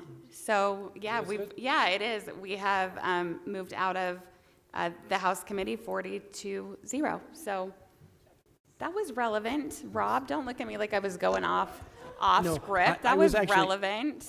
Yes, I was very pleased to hear Jay's comments that it won't require an act of Congress, because we're learning that can be a time-consuming Because process. an act of Congress is a big deal, but we are successfully navigating an act of Congress. So thank you, Scott, for all your work on that. Okay, Ron, what do you think? What Kim said, exactly what she said. I have issues with doing this. Right now, I think we can approach it, but it's down the road, and we've got to figure out, can we distinguish between whether it's an advantage? Everything Kim said just totally made sense. So I support it, except I do not support this being included right now. Councilmember Courtney, would you like to respond? Three quick things. First, I'd like to see a statement on here that the price will be as set by council, just to make it clear that people don't think they can start negotiating pricing with us. And to that end, I think a date that the applicant puts on the form would be good for vesting at that Absolutely, rate. I agree. Is everybody good with that, having a date and the price? Okay, and so then I don't know that it needs to be the actual price. It could be just the price will be As- what council has set, so that we don't have to update it annually. Yeah, it might be good to put. No, go ahead. Not even microphoned, I'm sorry. There, in the staff use only section, there is the date of application, and we just know internally that if you applied in the calendar year of 2026, you are subject to the price that was passed by council that year. And maybe you can put that, the price effective January of current year or something. Okay, yeah. The only reason I'm thinking a date that the applicant fills in is because then we have clearly, this is when they submitted it, and they can't say that I submitted it 2 months ago and staff didn't get around to processing it and putting a date on it here. But you're right, there is an application date there in the staff section that we fill out. I believe we're going to fill that out timely. I'm just saying that might avoid conflict. I mean, ideally, this will be an electronic application, and all of that will be automatically. Yep. So Councilmember Rodella, you're good with the application as is without Councilmember Courtney's addition? Yes. Same for you, Councilmember Rice? Yes. And Campbell? Yes. And Courtney, are you good? Yeah, I'd prefer to put the addition in, obviously, but no, I'm good with. Okay. And Scott? Yes. Perfect. Okay, thank you. Do you have what you need? Yeah. Okay, so then we were gonna move that community development update from Jay up as well, but I just wanted to note, so I talked to several of you. I talked to Councilmember Smith and I talked to Councilmember Rice, and there was some concern about kind of the permitting process generally, and I talked to staff about that today. So just know that that is something they're going to address and bring back to us. So we wanted to assure you that that's something that they're talking about and that they will bring back to us. So not necessarily as part of the discussion today, but I think you're absolutely correct that we need to know and understand and agree on what the processes are. So could I just Yeah, add one absolutely. thing to it? So, and I'm just reiterating what the mayor just said, but I'd like to know the process and the organization if someone comes in, needs a fence permit, or they need, they want to build a pergola or something, I just like to know the steps they go through and who's in charge. Because, Rob can't be he's the czar in the city, but I don't know how he can be in charge of every detail. So it just seems to me we need to look at that organization and just the process, because it's kind of hard as a council when we get a lot of these that were permitted that were not really permitted, and then there's kind of miscommunication, and then we have upset citizens. So if we have a little more streamlined process, I think it'd be really good. 100% what Scott said. I absolutely agree with Councilmember Smith, and that's something I've talked with each of you about in recent weeks or so, about how we can maybe potentially reorganize to make sure that we're better serving our residents, because that's why we are here, right? Is to help our residents live a happy life, right? And help them hopefully do what they want to do, right? And it's embarrassing, and it's embarrassing for staff, and it's frustrating for the residents when they feel like they're in a situation that where they feel like they were given one answer and it was actually a different answer. And while there is a bigger picture and two sides to the story, and I know that you guys always consider that, and I appreciate that, I do want to do our best in serving our residents, and we can all point to some examples where staff has gotten it wrong.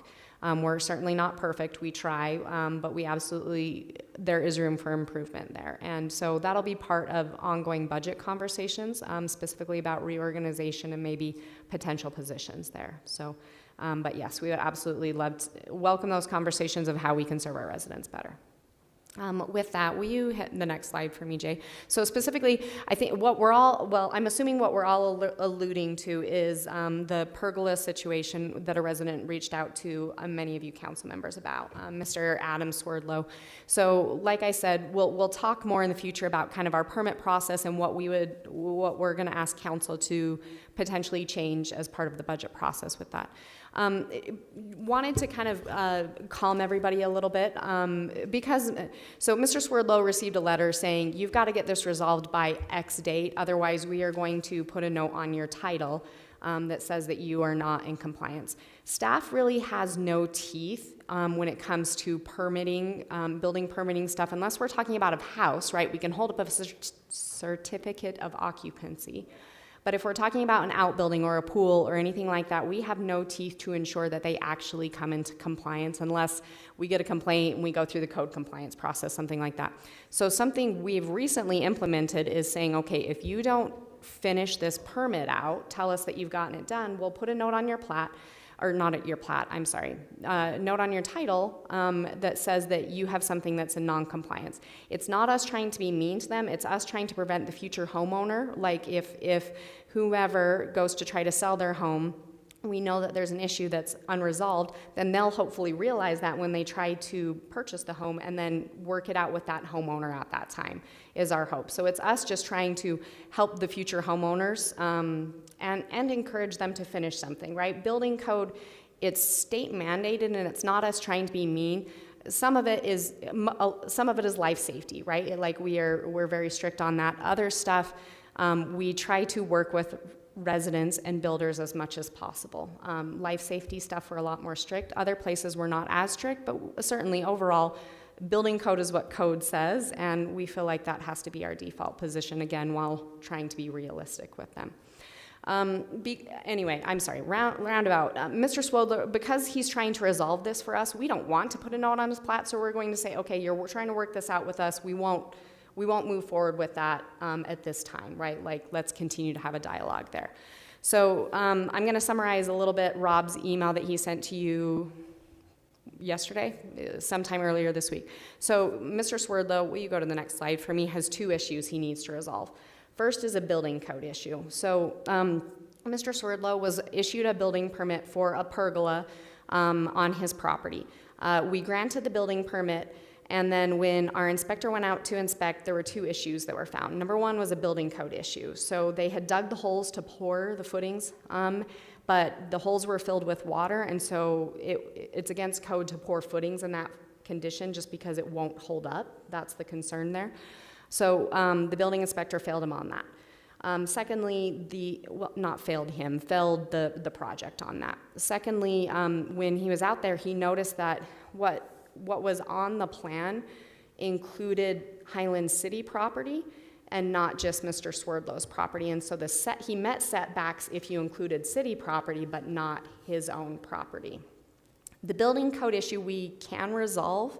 It will cost Mr. Swerdlow some money to resolve it, because unfortunately what happened, those two things he was failed on. At some point, the pergola was finished without any more inspections being asked for. And so we cannot look to see how he poured his footings at this point. He can fix the footings.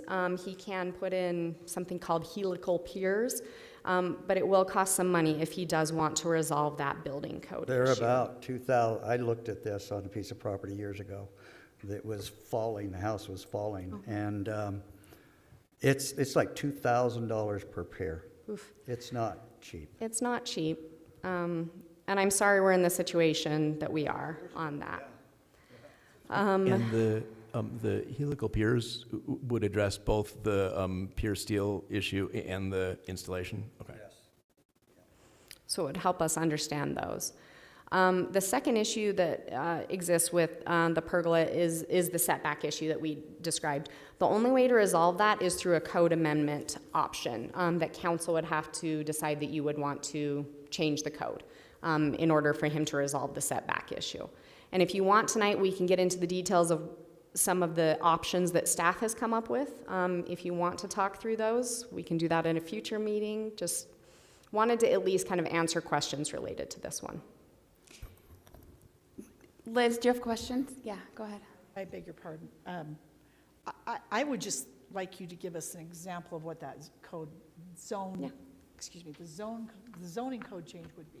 Yeah, absolutely. I'm actually going to let Rob take that one. Yeah. And he wrote up 3 different options in the email that he sent, so it might be easier to follow along there too, just because I read better than I listen. Sorry. And I have summarized those here as Yeah, well. perfect.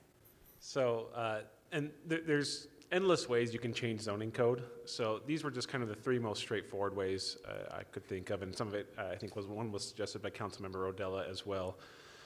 The first option is essentially we have setbacks apply to everything attached to the main structure, including covered decks decks, covered or uncovered, and covered patios, with the exception of patio covers that are cantilevered, meaning they're engineered to stick out without supporting beams. For some reason, those are exempt from setback requirements. The first option would just to kind of make that exception apply generally to all decks and covered patios. This issue comes up a lot in open space neighborhoods where the lots are a little bit smaller and the rear setbacks, a lot of homes are kind of built up to the rear setback, which means they can't put in a deck or a covered patio, even though it doesn't really impact neighbors that much. So I've had a lot of residents ask about the options here. We don't really have good options. So option 1 would essentially treat decks and covered patios as accessory structures, meaning go back to 10 feet from property line. And this is one that I think, just from a staff perspective, I think would help a lot of residents out and would be a relatively minor change. It wouldn't really drastically change much throughout the city. The other 2 options are a little bit bigger impacts citywide. The second one would be to just change open space rear lot setbacks for homes. So anything attached to the home can go back further. I think this would just result in larger homes just taking up more of the lot, which has a larger visual and kind of massing impact on adjacent properties. Similarly, we could change accessory structure setbacks. Currently, we require detached structures to be 6 feet from the home. We could reduce that or eliminate it, so you could build an accessory structure right next to the home, but that essentially will just look like an attached structure and kind of runs against the same issue we have with option 2. So those were the options I thought of. We could always discuss more different ones. As I mentioned, option 1 seems like the easiest one to solve both kind of this issue and a lot of other issues I've talked with residents about. What is it right now?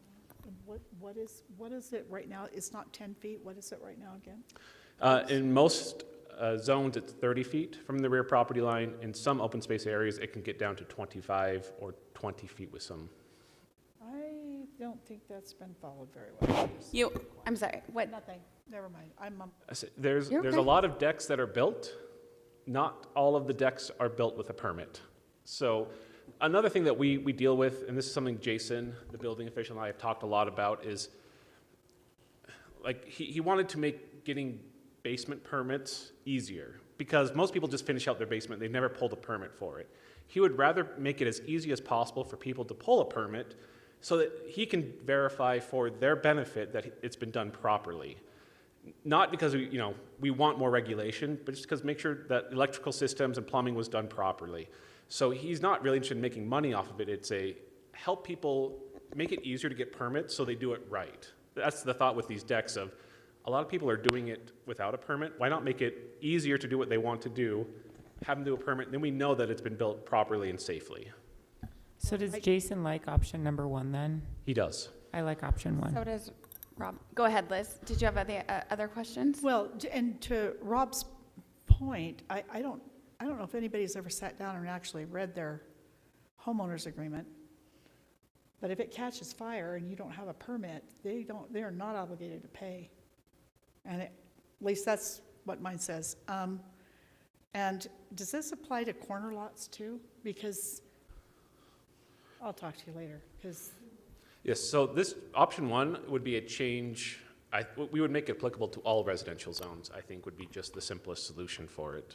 I mean, and corner Which, corner so lots any have to be lot different, 'cause that's residential. Most corner lots have a shorter back yard, right?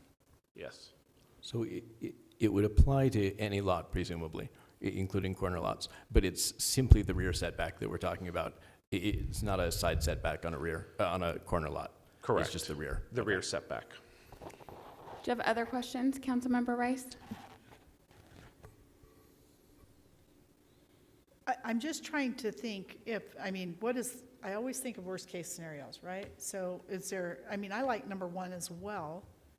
I mean, that seems much easier, but what would be the worst thing that could happen with that?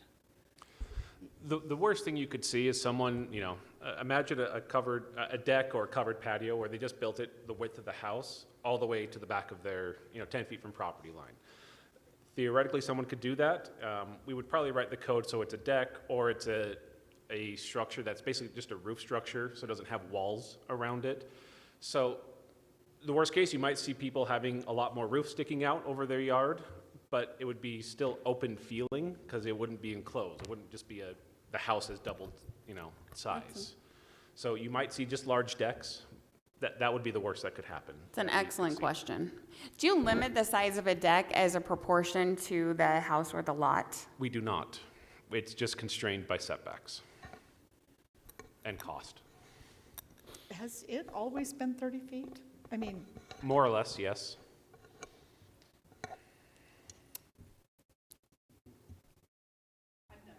Councilmember Campbell?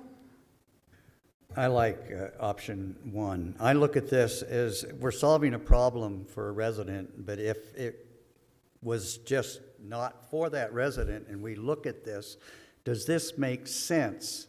And the answer is yes. Yes. It really does. And it's not just solving the problem. It happens to solve the problem. I think that's wonderful. But this is something I wish we'd looked at a long time ago. I have a hot tub in the back of my home on a deck that I want to cover, but I can't right now.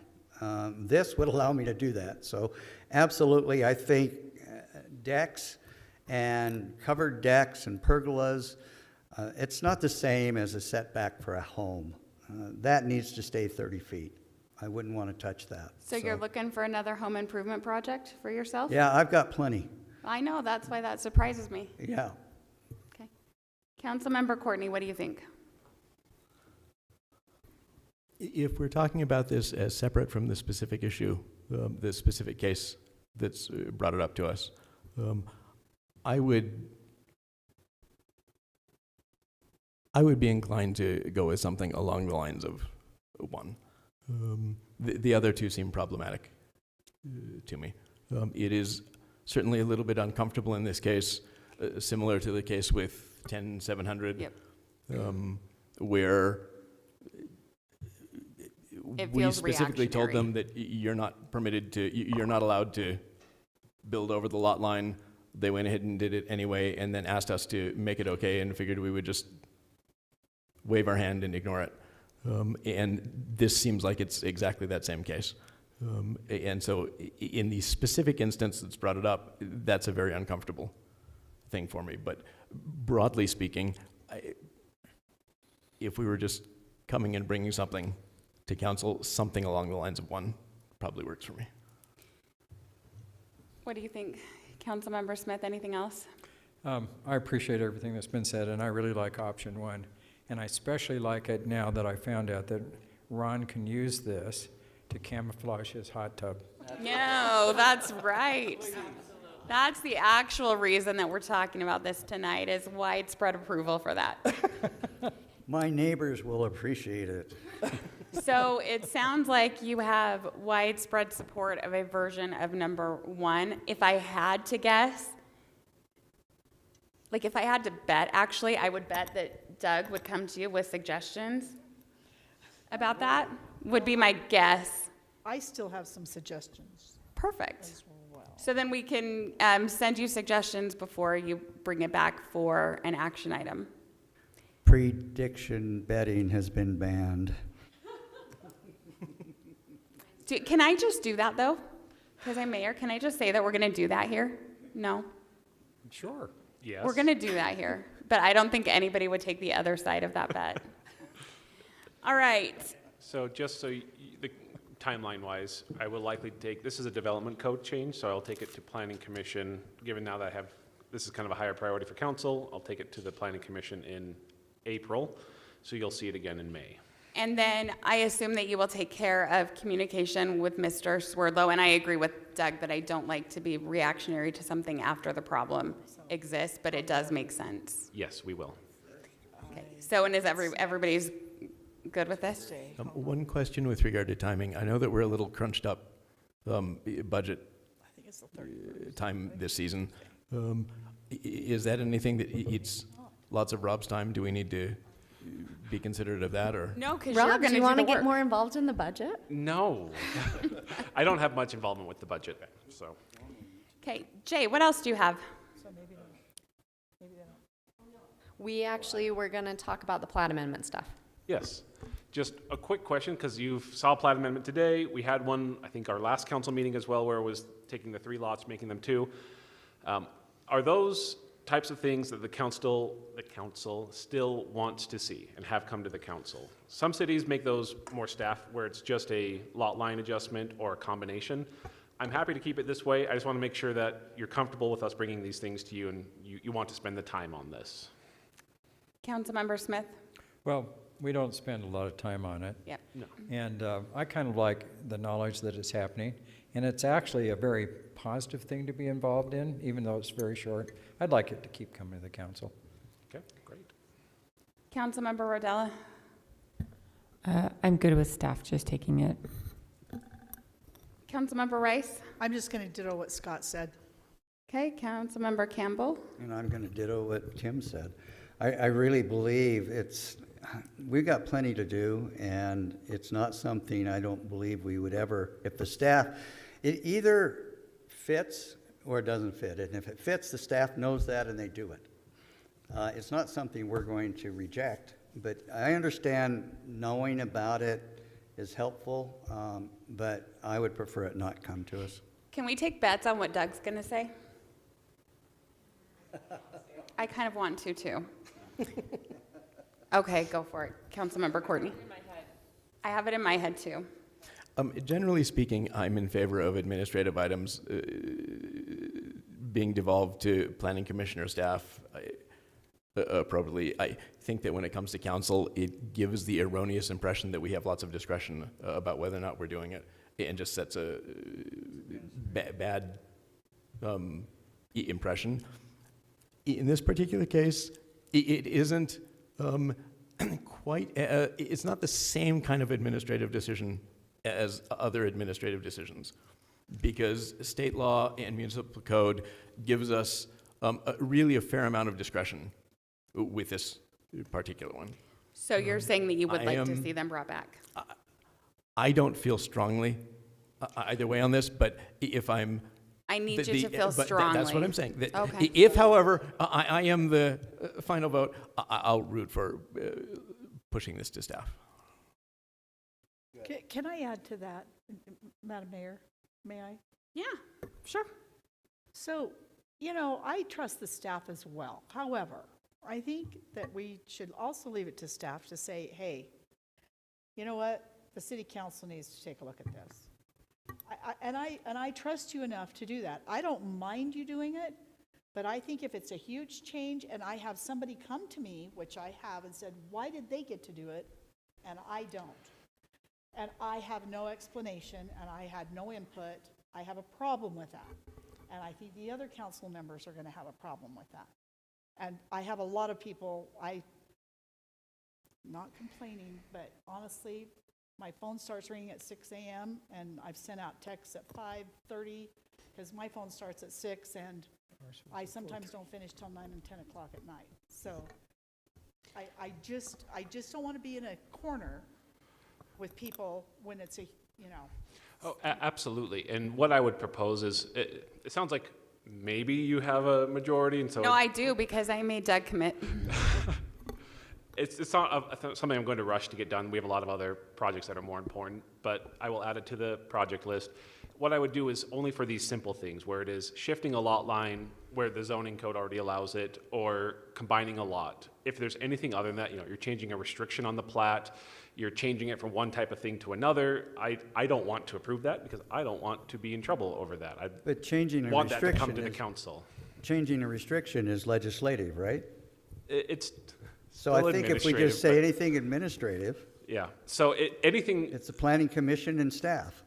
so what I would propose is anything that is essentially beyond a lot line adjustment or a combination would still come back to council, because I would like the council to weigh in on those items. Councilmember Courtney, did you have another? Yeah, if we can reasonably write it this way, I would be, along those same lines that Liz mentioned, inclined to have an escape valve that if it is something that we're going to have to use a lot of that discretion in this particular case to decide, that can be passed off to council, rather than putting staff in a place where they're having to make significant discretion calls on an administrative issue, because you shouldn't have to be standing there and defending that to residents. We should be in that spot. Councilmember Smith, did you want to add something?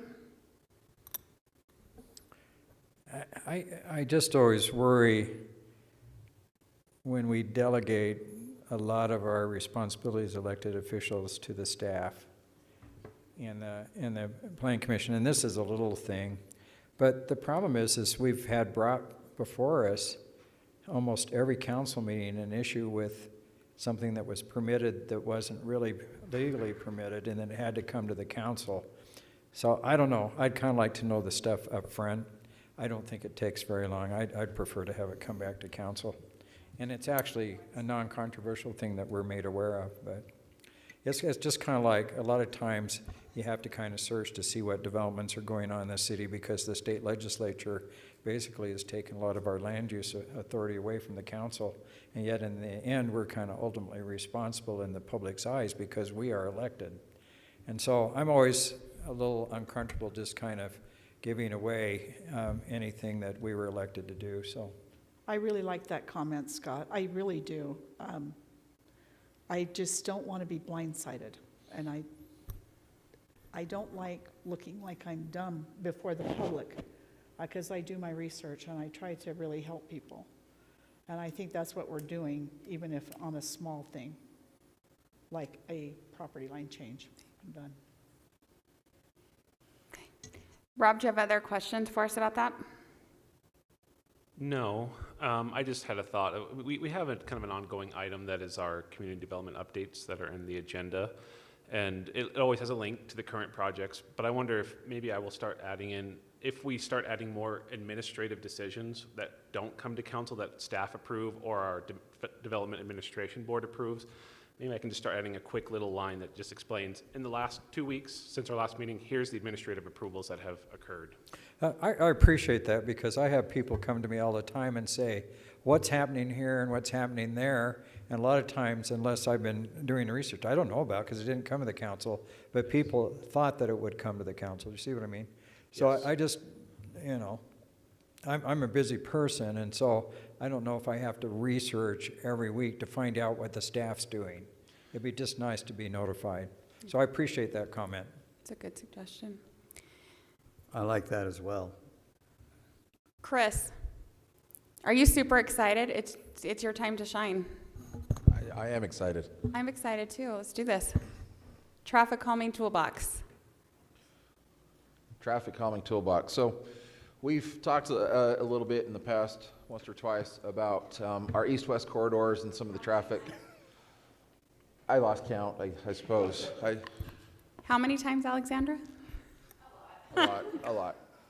So we actually started looking at kind of all of our east-west corridors, kind of comparison with each other, you know, last year sometime. And what we haven't really presented to council is the rankings. As part of the traffic calming toolbox that we have, there was a worksheet that had specific points based on criteria that's observed. And so what I've done is I've actually gone through all of these streets and I've added the scoring together so that we have a better way to kind of compare them and prioritize some of the projects that we have. So kind of the basis for that scoring relates to the 85th percentile speed, the percent of drivers that are more than 10 miles an hour over the speed limit, what the daily traffic volumes are, what the 5-year accident history is, the roadway context and the proximity to schools and also trails or other, you know, viaducts of active transportation. I will say that I kind of made a little bit of a change to the way that WCGE had set up the scoring in that the 5-year accident history basically gave the points if there's been an accident. And I thought that seemed a little bit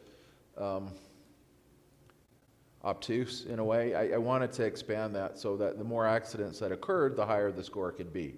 So it might throw off the scoring just a little bit, but it seemed to make sense that, you know, it shouldn't be one accident on one road is the equivalent to another road that's had 20. So I made some changes and Can I make a comment on the last one? The last slide, would you go to it? What seems to be missing here, and I think it's been missing in a lot of our discussions, except from the residents who is not missing it, and that is pedestrian traffic. So we should be able to factor in pedestrian traffic in our studies, and right now we don't seem to be doing that. The worksheet does have some scoring available for pedestrian traffic. I didn't include it in this analysis because I didn't have the time or ability to go out and actually do some pedestrian counts. Yeah. But we did do some earlier last week on the one intersection in question. So But I'll as present far as that. ranking, it seems to me it would be one of the bullet points that has to be considered. I mean, pedestrian traffic, to me, is as important as the speed of the traffic, which is all our traffic studies are really doing, is speed. Where here, we have kids crossing and you know, the roads, and it needs to be factored in. Well, or maybe, may I, Madam Mayor? Well, yeah, I would like it if we could get through the presentation and just see if the questions are answered, and then I think it's definitely going to need a discussion. Did you have a? Could I, there's one thing on here that I'm not sure what it means. What's that? The roadway context. Is that the driveways and straight versus curvilinear? Is that something, what's roadway context mean? So roadway context really has more to do with sight distance and an ability to see the oncoming traffic. Thank you.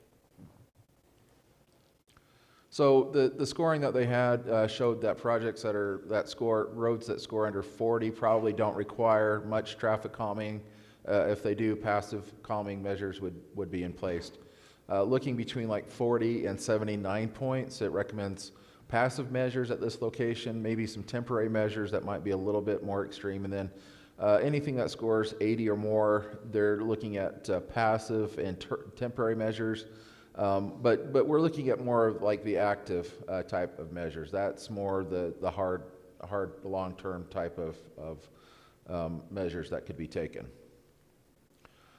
This is the same table that I've presented to council in the past that shows what some of the average speeds are, the speed limits, 85th percentile speeds, the percentage of trips that are more than 10 miles an hour over. But if you look down there at the bottom, you can see where the scores have actually come into place. So 11800 had a score of 100, as did Canal Boulevard on the east end. So both of those two sections of road tied for first in ranking in our priorities. And you can see those kind of go down. Third place was 10400 with a score of 87. Fourth place was 9600 with a score of 70. Canal Boulevard West had a score of 60. Canal Boulevard midsection was 45.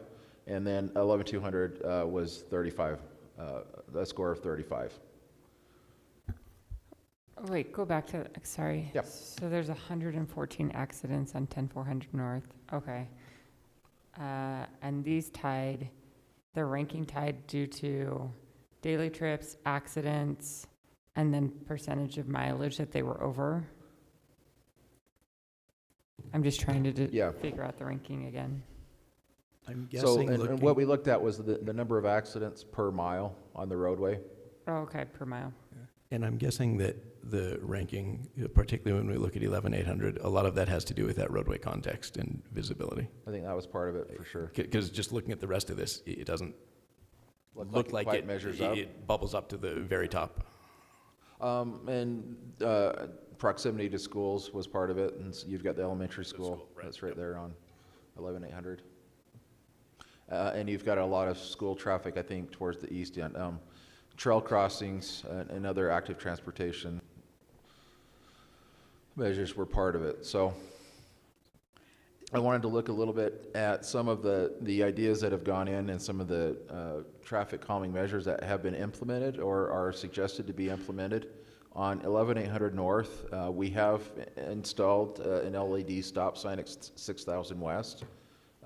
We would like to suggest that we install chicanes at the school crossing more towards the west end in conjunction with the rapid flashing beacon at that school. That was one that we did have a traffic calming request filled out, completed by and turned in by a resident. So that is one that we've looked at. We've talked to the crossing guards there, and we feel that that's an appropriate measure at that location because of that school crossing. On 10400, what we've done so far in the past is we have added the LED stop signs at 6000 West, and we've added the rapid flashing beacon across from the Highland Family Park. On 9600 North, we've installed or are in the process of installing LED stop signs at 6000 and 6800 West. We have or will be installing driver feedback signs, and we are planning, once we do the road maintenance on that road, to do striping to narrow the lanes along that as well. When we look at Canal Boulevard, I've put all of these on one page. The recommendation that came from WCG in May of 2023 suggested for Canal Boulevard West that the city consider a landscape median and bulb outs or curb extensions at 6180 West. They also made that recommendation in the Canal Boulevard midsection at Windsor Meadows Trail Crossing. The council, I think, is aware of that. Kind of in lieu of bulb outs at that location, we did the median pedestrian island, refuge island, which I feel accomplishes the same things that bulb outs would accomplish. On the Canal Boulevard West section, we will be installing rapid flashing beacons at the Mitchell Hollow Trail Crossing where there are existing chicanes as part of the Mitchell Hollow Trail project. And we have suggested painting the optical speed bars like we've done on the east section, on the west section as well, where we've got some of those curved areas of the road. We have already painted the bike lanes to help narrow up the lanes in that area, and we have installed some cross traffic does not stop at 6610 West, kind of specifically in response to some of the concerns that we've had from residents in that area. The landscape median and the bulb outs that were recommended in that report seem to kind of contradict what the report says as far as active versus passive based on the scores that they have. At the time when they did their ranking or their evaluation, they looked at Canal Boulevard as a whole from the east to the west, and it scored a 70. So it had a little bit higher score as an overall project than this did specifically for the west end. I just want to point that out to council. Going back to the table, on Canal Boulevard Mid, the report did recommend the pedestrian, no, that's what we did, the pedestrian median, the optical speed bars on the midsection, which we have done, in the bike lanes that we've already completed. On the east end, again, we've made the narrower lanes. We've installed the 2A left turn lane at the intersection. That's been completed. The additional rapid flashing beacon at Featherstone and the radar speed limit signs, we've installed those to date. I want to talk a little bit more. One of the thoughts that we had on the bulb outs or curve extensions that were recommended in the report is looking at something like this with the painted kind of bulb outs. It doesn't give this quite the same that curb bulb outs would, but I think that's something that we could implement a little bit easier, and I think probably fit the situation with this. One of the concerns that was expressed to residents is the distance in crossing that road. It is a wide road, even with the bike shoulders that we have.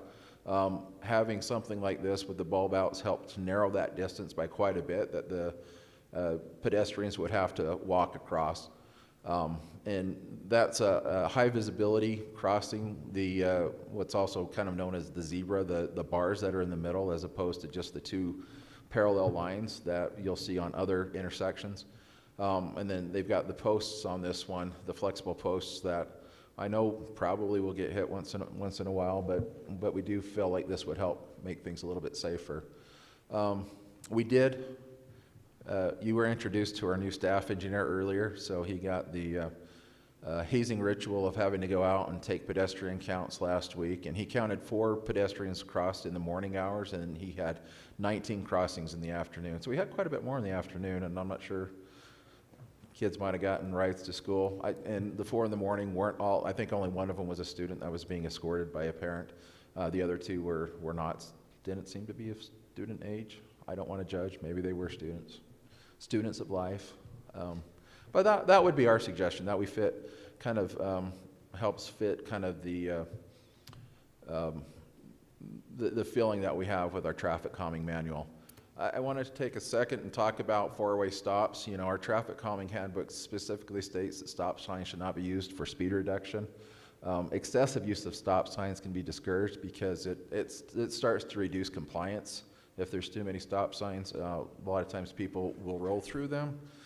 It can actually create a false sense of security, though, because people do roll through them, but pedestrians may still start to walk out, assuming that the car will stop. MUTCD establishes a warrant criteria for 4-way stops, which include crash experience or the number of accidents at that particular intersection. Average daily traffic and delay, where a major street approach has more than 300 vehicles per hour, which we would meet at this location, I would think, probably with the traffic on Canal Boulevard. But the minor street approach would need to have more than 200 units per hour in an 8-hour window to meet the criteria of the warrant that's established by MUTCD, which doesn't just mean vehicles. It can include pedestrians, bicycle traffic, everything all rolled into one. But if we had a traffic count that had 19 pedestrians, I think he said there were maybe a couple of vehicles in that same kind of window that had crossed. I don't see that it meets that criteria. So I don't really see that we meet the criteria for a warrant study, you know, that would conclude that a 4-way stop is warranted in that area. I think that's most of the information I wanted to give to the council. I wanted to see what your thoughts were on implementing something like this bulb out. And we did have one other kind of question going the wrong way, for council that we wanted to present that has to do with Canal Boulevard. The western end of Canal Boulevard has kind of been called Madison, and the thought is, should we rename the entirety Canal Boulevard? So we're consistent. I don't know, honestly, exactly where that transition between Madison and Canal Boulevard happens. But that's one thing that it's different on Google Maps and Apple Maps. Yeah. It's it changes, but it changes like a half a mile further west on Google Maps. I was actually reached out to by the county, who was wondering why it goes Canal Boulevard, 9810 North, Canal Boulevard, Madison Avenue. Yeah, sure. So We can change it, however, it does impose some burdens on the residents who front onto the street because they'll have to update all of their addresses. They're gonna have to update their zip code anyway. Well, it also, I've been working with Rocky Mountain Power to get the lights back on Canal Boulevard, and they had no idea what I was talking about on Canal Boulevard. I gave them a couple of corner addresses to get them out there, so. Hey, Chris? Yes. Can you go back to the first slide? Because I just want to make sure. So are you telling me that 6180 West, according to our traffic toolbox, go one slide forward and one more. So are you telling me that that is the highest priority project based off of urgency, based off of accidents per square mile, based off of number of schools, based off of, you know, everything on our ranking? Is that our number one priority? The number of one, urgency? one priority, the highest score is actually 11800 North. That second line from the bottom, you can see the highest scores. So that one scored as a And then it's the 100. rank on the bottom. And it tied with the Canal Boulevard East, but a lot of the traffic calming measures Have been done. have already been done on Canal Boulevard East. So Chris, you've did already you have- taken care of ones. Did you have any other information? I have no additional slides. Okay, sorry. I'm just trying to figure it out because I'm looking at 10400 right now, and you have 114 accidents, 50 accidents per mile. You have 2 schools on that road. So is the only reason why it's ranked lower is because it has a higher speed limit? Probably. I'd have to go the- back and look at the individual scorings. The lower the rank, the higher priority. Yeah. So I'm just It's ranked trying 87, to understand which is why high. this has a 3 versus a 1.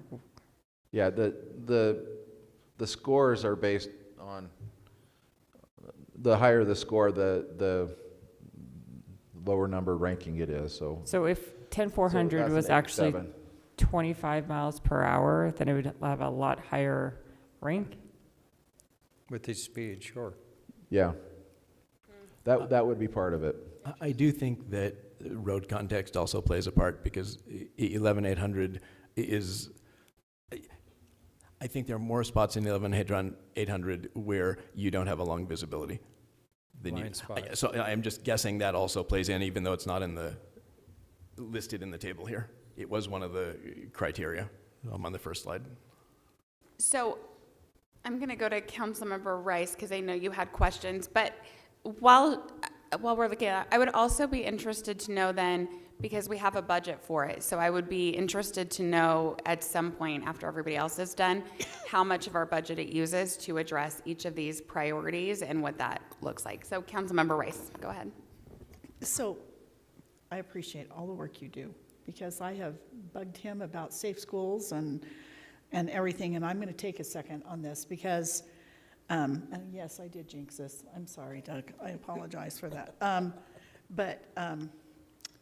So let's talk about 9600 North for a second. We've already, where that trail comes out, we're still going to plan on bulb outs and an island on 9600. Is that right or wrong? You're talking about the Mitchell Hollow Trail? Yes. So we're going to see what we can do out there. We wouldn't do both. We wouldn't do chicanes and an island at the same location. But But we we are need to gonna make sure do- that we have sufficient width, because that south side of the road isn't finished. So we just need to make sure we can fit it in there, and we haven't gone back to look exactly at. Well, 6,000 is not as wide as 9,600. And I've stepped it off. I mean, I'm not arguing, it's fine, I get it. So, because I would really like to see that. And then I know that we ordered another flashing stop sign for 6,000 and 9,600. I don't see that installed yet. Have we not received that yet? We haven't received it if it's Okay, not installed, got it. yeah. I know we had some in stock and the rest we were waiting. So I just, and I want you to know how much the residents along there have called me and appreciated those flashing stop signs on 9600. Have a neighbor that was involved in a T-bone accident on 9600 North, and I call it the Costco Road. And she still, it was in October, and she's still having problems, and people have They do see that, they do start to slow down. And now I need to talk about Canal Boulevard. So I have spent a lot of time on Canal Boulevard. I do have a life, but I have sat and watched, and I actually made a couple of U-turns. I went down the gully, what I call Mitchell Hollow, turned around, came back up, and the intersection where I'm hoping you're putting the ladder, which has been paved over, right? That's what we're talking about. So as I came up the hill, and I was barely moving, about 20 miles an hour, if that, little kids saw me slowing down, and they dashed out. And you can't see those children until you are here.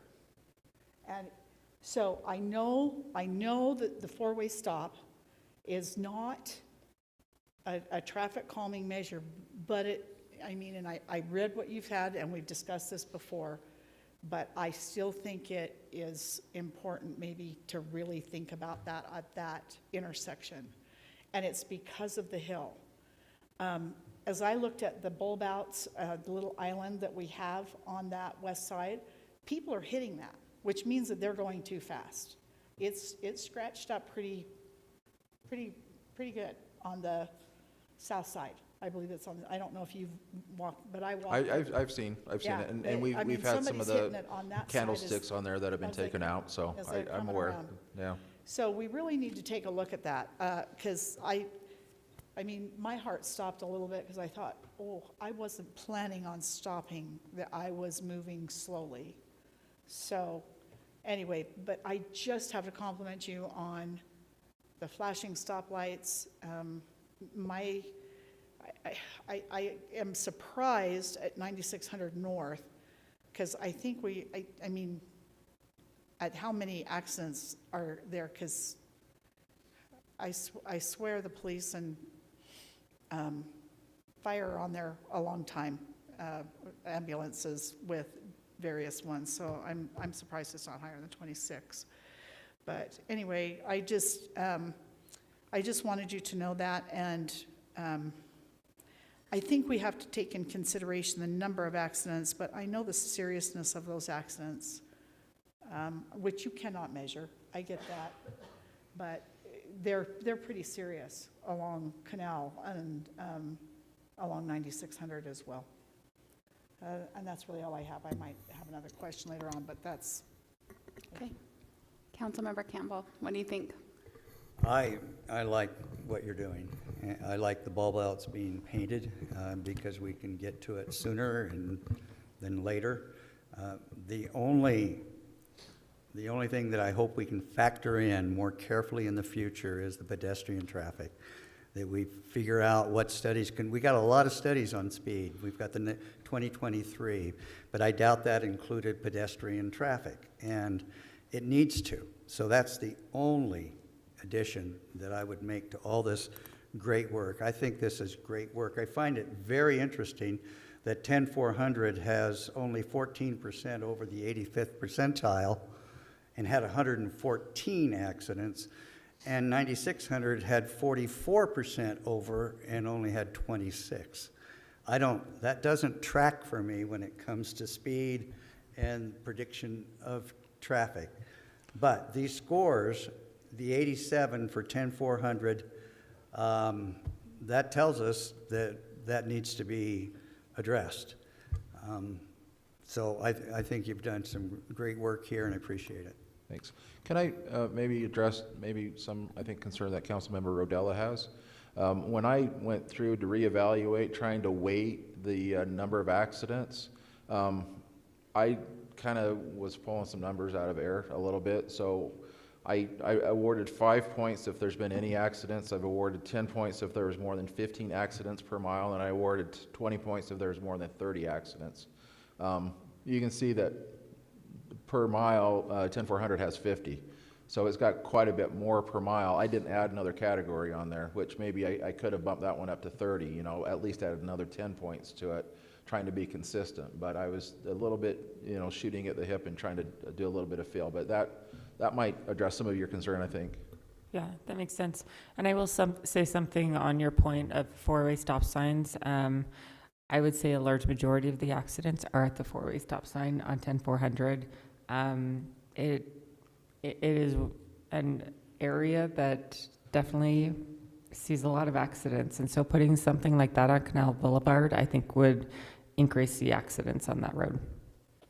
And along 10400, most of the accidents are concentrated at intersections, Alpine Highway, 6000 West and 6400 West. Council, did you have anything else you wanted to address? No, There. thank you, Mayor. Councilmember Courtney. A couple of things I've got on my list. One, I'm certainly not a traffic engineer, not a traffic expert. My personal take is, I think, somewhat different than yours with regard to the painted bulb outs, which is that I actually think they are more visible and more effective than a raised island bulbing out. When I look at those photos from there, even at a distance, to me, that looks a lot more visible than the bulb out that we have there on Canal Boulevard already. Absolutely right. I like this painted bulb out because one, yes, we can get it in faster. Two, we don't have some of the same winter problems of just building up snow and ice inside of some curbing. And I really think that that's more visible. Okay. Depends a little bit on where it is, I suppose. You know, if it's at the top of a hill, a curb is probably going to be more visible. But outside of that, I think this just really stands out from the rest of the street. And if it were entirely up to me, we would not do a bulb out with a curb. We would do these unless we convinced ourselves that, okay, for whatever reason, this doesn't work in this particular case, and we need that extra vertical. Question, when you're talking about 11800 chicanes near the school, are you talking about chicanes that, something that requires cars to weave, or are you basically talking about bulb outs? I'm talking about bulb outs. I think I would call them chicanes if it's a mid-block application, whereas a bulb out I would consider more at an intersection. Okay. But it would be very similar to what we have on Canal Boulevard at Mitchell Hollow. Yep, perfect. There's been a little bit of discussion about pedestrian versus motor vehicle. I would expand that out to motor vehicle and non-motor vehicle, to the point that you had made on one of the slides that just pulls bicycles and other things in. And I am going to make the same argument that I make every time we talk about traffic calming, which is we've got a set of priorities here. I would root for deciding what we think the best bang for our buck is in each of the top N priorities, and do that thing in each of those, and get data ahead of time, get data afterward, and then we have some real information as we're deciding what approaches we're going to use going forward. Plus, we've been able to improve 3, 4, 5 places rather than putting all of our focus on one and just throwing everything we've got at it right up front. And maybe we do what we expect is our top bang for the buck, and we think that seems to resolve the issues there. If it doesn't, great, then we figure out what our next thing is and go through. But I really think that a phased approach to dealing with traffic calming is going to do us better in the long run than just picking a place and throwing everything that we've got at it. You're up. Am I up? Yeah. Okay, I appreciate the comments that have been made so far. It seems like I'm hearing an argument against four-way flashing stops, and certainly the one over on 10400 and 6000 West, I find is a very confusing intersection. I'm always kind of praying when I go through there. Yeah, so I can see the argument there, but we did put flashing crosswalks on Willowbank and on Featherstone up on the east end of Canal Boulevard. I like this bulb out idea for 6180 West because we've heard the citizens there are very concerned. And I think the issue is not that that's the most heavily traveled part of Canal Boulevard, but it's the visibility and the curve in the road. It's the same argument I did for the curve on the east end. That's why I was kind of opposed to raising the speed limit there, because I've seen people cross inappropriately at the top and they're in a blind spot. And I especially like the whole high school track team. I've seen that mornings, and that really kind of scares me if people are going 45 miles an hour up that. But I'm just wondering about the feasibility of putting a flashing crosswalk here that kids can push and it flashes, because when I see that flashing, I stop. I mean, I'm sure not everybody does, but to me, that seems to be a nice kind of compromise. Because I think we've got to do something about 6180 West, and I think this is a good resolution, but rather than a four-way stop with flashing signs, we put a flashing crosswalk. And I don't know how expensive those are. Are they really expensive? I want to say they're about 8,000 each. Each of the flashers? Each of the flashers. So if you had two- 16,000 for both so sides? I think 16,000 for both sides. Okay. Are you thinking about that in addition to like a painted bulb out? Yeah, and just have flashing crosswalk, because to me that seems to resolve everything. You've narrowed it, you've got a nice marked crosswalk, and you have flashing sign that kids can push the button, and kids love to push the button. Studies that we've seen show that less than half the kids actually push the buttons. Yeah. When I have gone out looking, You're not related to me. Scott pushes it 10 times. A compromise. What else, Scott? That's it. I think Councilwoman Rodella's concern about 10400 is very valid. And I think we need to really look at that road, because we've got this big park that's going to be really busy this summer, already is with this early spring. You've got two schools that are busy during the school year, and another park, Mitchell Hollow Park down there as well. And I've started to drive that road more because I hate the intersection of Alpine Highway and Timpanogos Highway. So I don't know. I agree with what she said and concerns there. And I like the prioritization, but I do think we need to do something about 6180 West. Councilmember Rodella, what do you think about all of this? I think it's great, and do whatever Chris says we should do. We paid a lot of money for this traffic study. Yeah. Traffic toolbox. Traffic toolbox, yeah, a crazy amount of money. So, I mean, my whole thing is we paid a lot of money for it. Look at the priorities, what we've ranked as a priority. Look at what has been suggested in order to assure the safety of it. Go down our list with our budget, and we go from there. And if what Chris suggests is according to the traffic toolbox, then I say move forward with what he suggests. Councilmember Rice has another question, but I would like to know what it is you need from us tonight. Are you wanting to know what you want to do specifically on what roads? What is the direction that you need from us?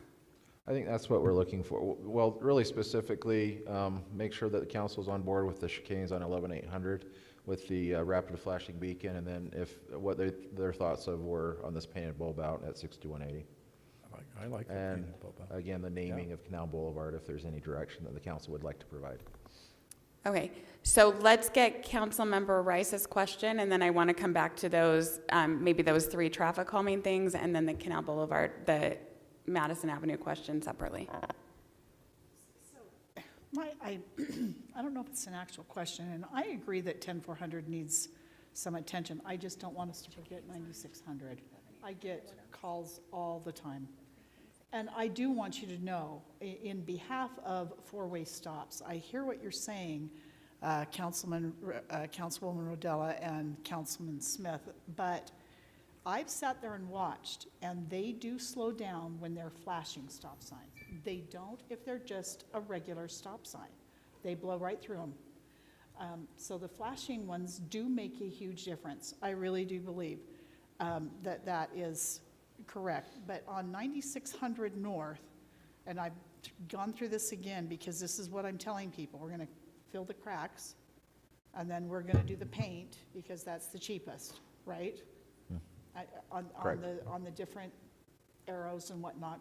Am I wrong? If I'm wrong, you need to tell me. No, Because that's what I've correct. been telling people, that every time they call, this is the plan. And then there was something else on the Mitchell Hollow Trail right there. Is that going to be a cement bulb out, or is that a painted bulb out?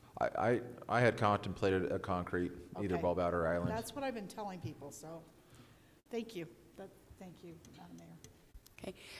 Remind me, Chris, what are the 3 things that you wanted our direction on? The chicanes, the RFB, Chicanes on and 11800 with the rapid flashing beacon, Okay, and then there was a third one. and the painted bulb out at 6180. Okay, does, Councilwoman Rodella, are you good with those 3 things? Yep. Councilwoman Rice, are you good with those 3? Yes. Mr. Campbell? Absolutely. Mr. Courtney? Yes, I'm good with those. I think they're great. And Dr. Smith? Certainly. Sounds like you're good with that. Let's talk quickly about renaming Madison Avenue to Canal. Councilmember Smith, do you have questions about that, comments? Criticism, compliments? I can understand the need to be consistent, but I'll be real honest, I don't care. I'll be honest, whether it's named Madison or Canal on that side. It's been Madison traditionally. Fair. And I'm kind of wondering, the only qualm I have on it is the citizens there are used to having their address listed as Madison.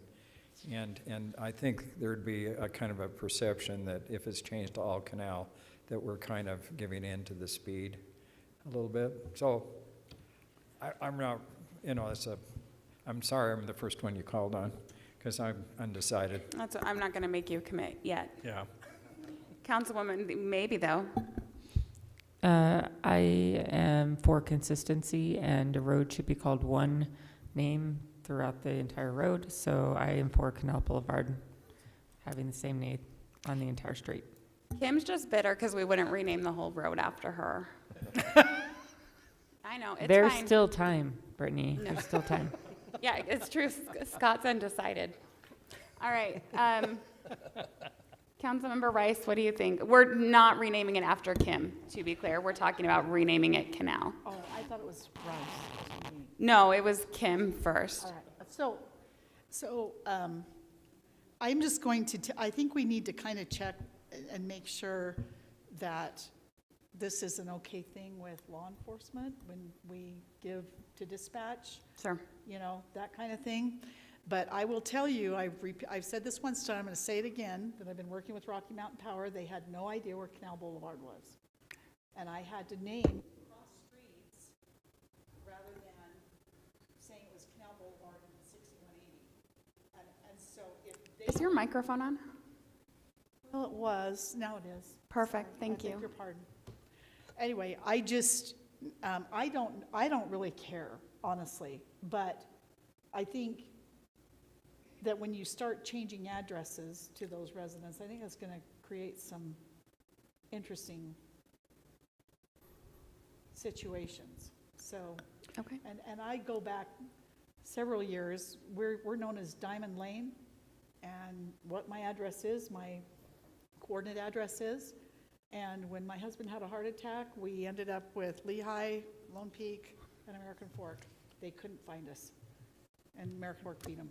So we Can I ended up with 3 make a quick ambulances. comment Sure. on that? So you start changing addresses, I just don't want to cause a hardship on anybody. And I agree with that, but it's interesting because my office is on North County Boulevard, but our address is still 2000 West in Pleasant Grove. That's our formal address, even though the street in front's called North County Boulevard. So sometimes, and I think it's the same on 4800 4800 West. Yeah. North County. So a lot of people still keep their address the old West. So it's kind of interesting. Councilmember Campbell, what's your opinion?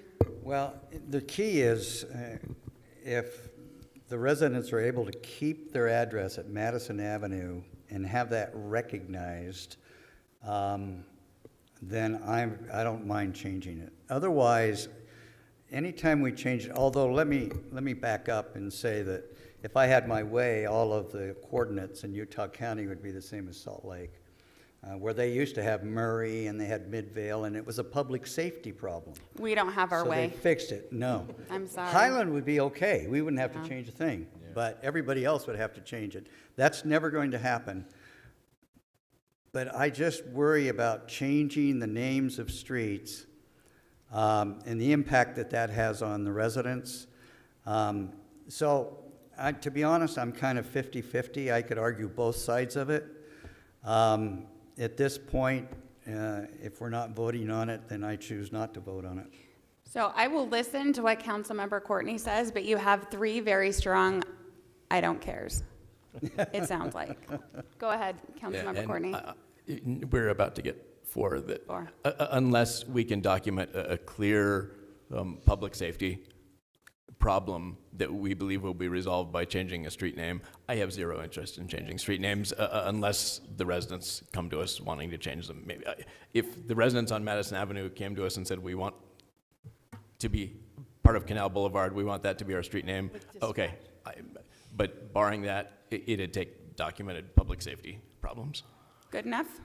I do think we need to have somebody maybe contact Google Maps and/or and have that be consistent. It's amazing how much influence one individual can have. You just contact Google Maps, make the recommendation, and they typically will listen to it. Same with Wikipedia, by the way. You can go in and change anything about Wikipedia, then you go 2 weeks later and it's not there anymore because they didn't like it, but it's there for 2 weeks. Councilmember Courtney, no, Councilmember Campbell just volunteered to contact Google Maps. I'll second that. Do you know what? Our communications person frequently contacts Google Maps for There us you for go. similar things, so I'd be Perfect. happy to do that. One thing I thought, I wonder if it Now you're gonna have actually time to build your deck. might be good for us to reach out to the residents of Madison Avenue right now and see if they have strong opinions on this, since the county has, we're kind of all just making assumptions right now. The county would like it done, but how do they actually feel, since it'll mostly be impactful to them? So, Perfect. okay. Okay, do you have everything you need? No, you don't have everything you need from us, do you? You have those three answers, but what other answers do you need? I would like to know, once we do those things, what kind of budget do we still have left to do anything else traffic calming related? I don't think I had any other questions, but I do have some comments as far as that goes. We did get a pricing for the chicanes on 1100, and we already lined up a contractor, so I'm glad we got the thumbs up to do that project. But we wanted them to do that during spring break coming up in a couple of weeks, so we wanted to make sure we had them at least block out that window. So we're kind of lined up to do that. And I think when we looked at the budget, I don't have the exact numbers, but we thought that would take us right up to about our budget limit for the year.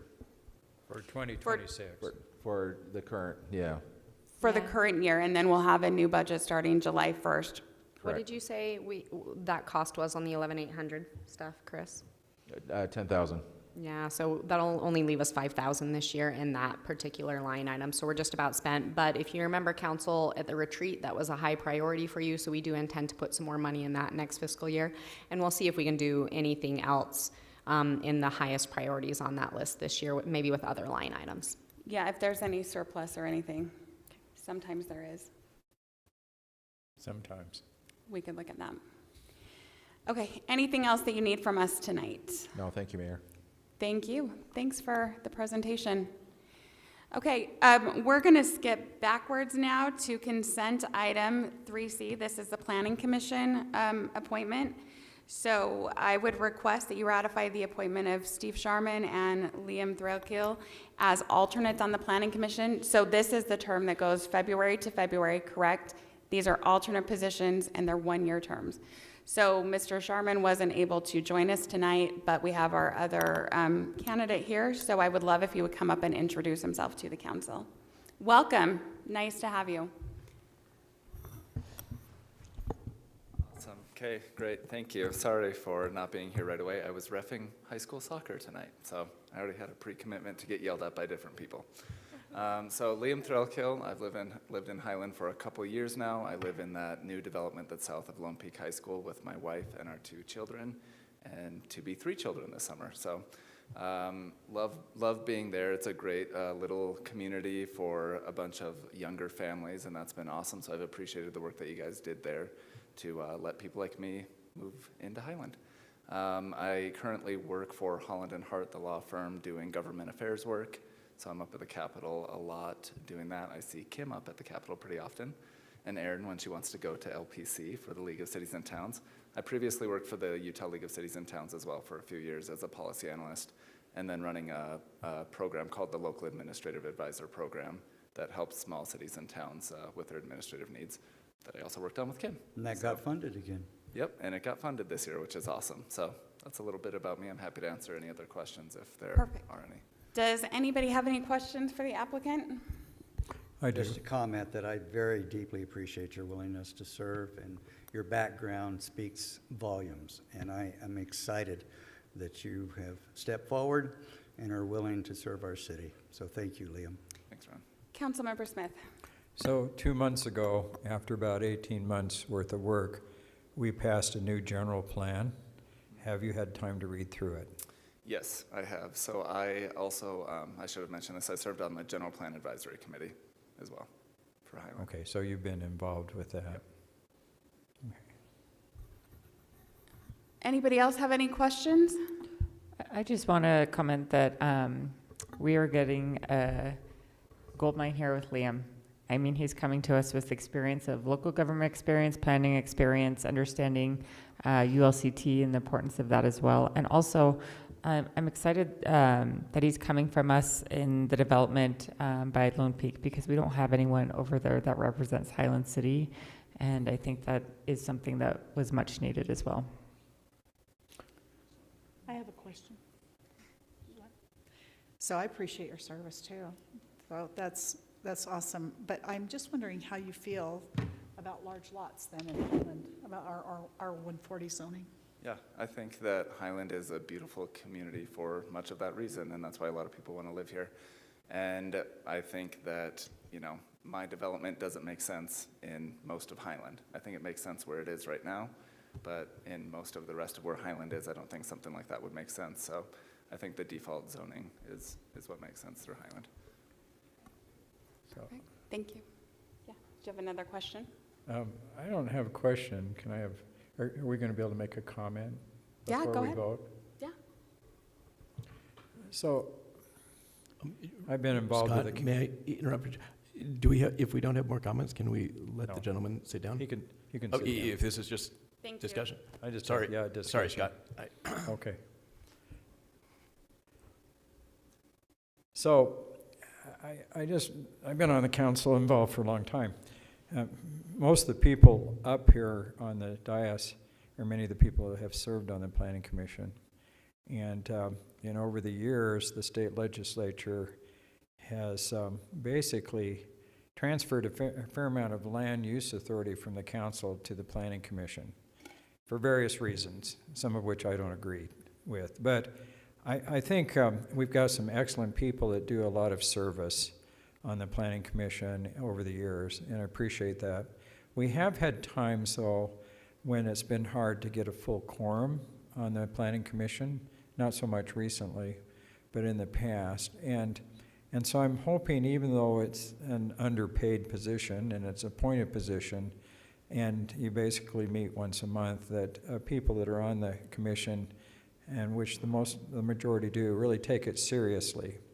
Because in years past, there's been some of the commissioners kind of occasionally show up or don't show up every time, and they have busy lives, it's understandable, but it plays a critical role in our city. And I think it's also important and I think the mayor's done a great job interviewing people and looking at qualifications and things. But I also think on the Planning Commission, if there have been people in the city who have come forth and have attended a lot of meetings, who have ran for election and different things, I think their name should be near the top of the list to be appointed to the Planning Commission.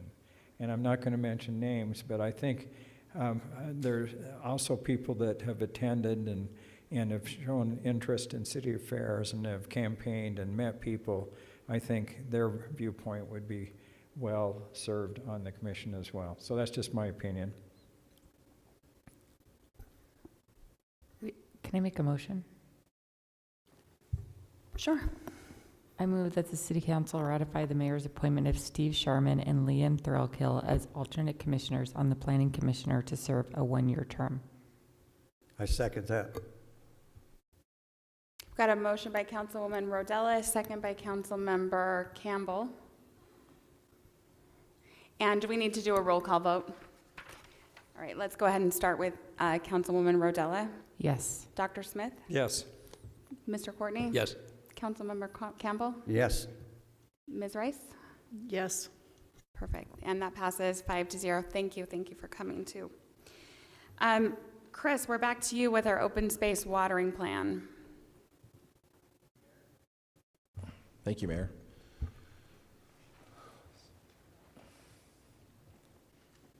So, parks and open space watering. We just found out recently that it's been kind of a dry winter this year. We found out in Utah. recently.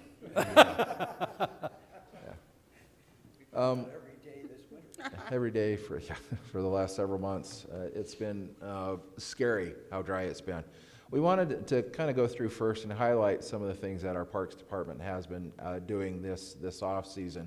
They have been doing more work relative to open space and parks because it has been such a dry and unseasonably warm winter.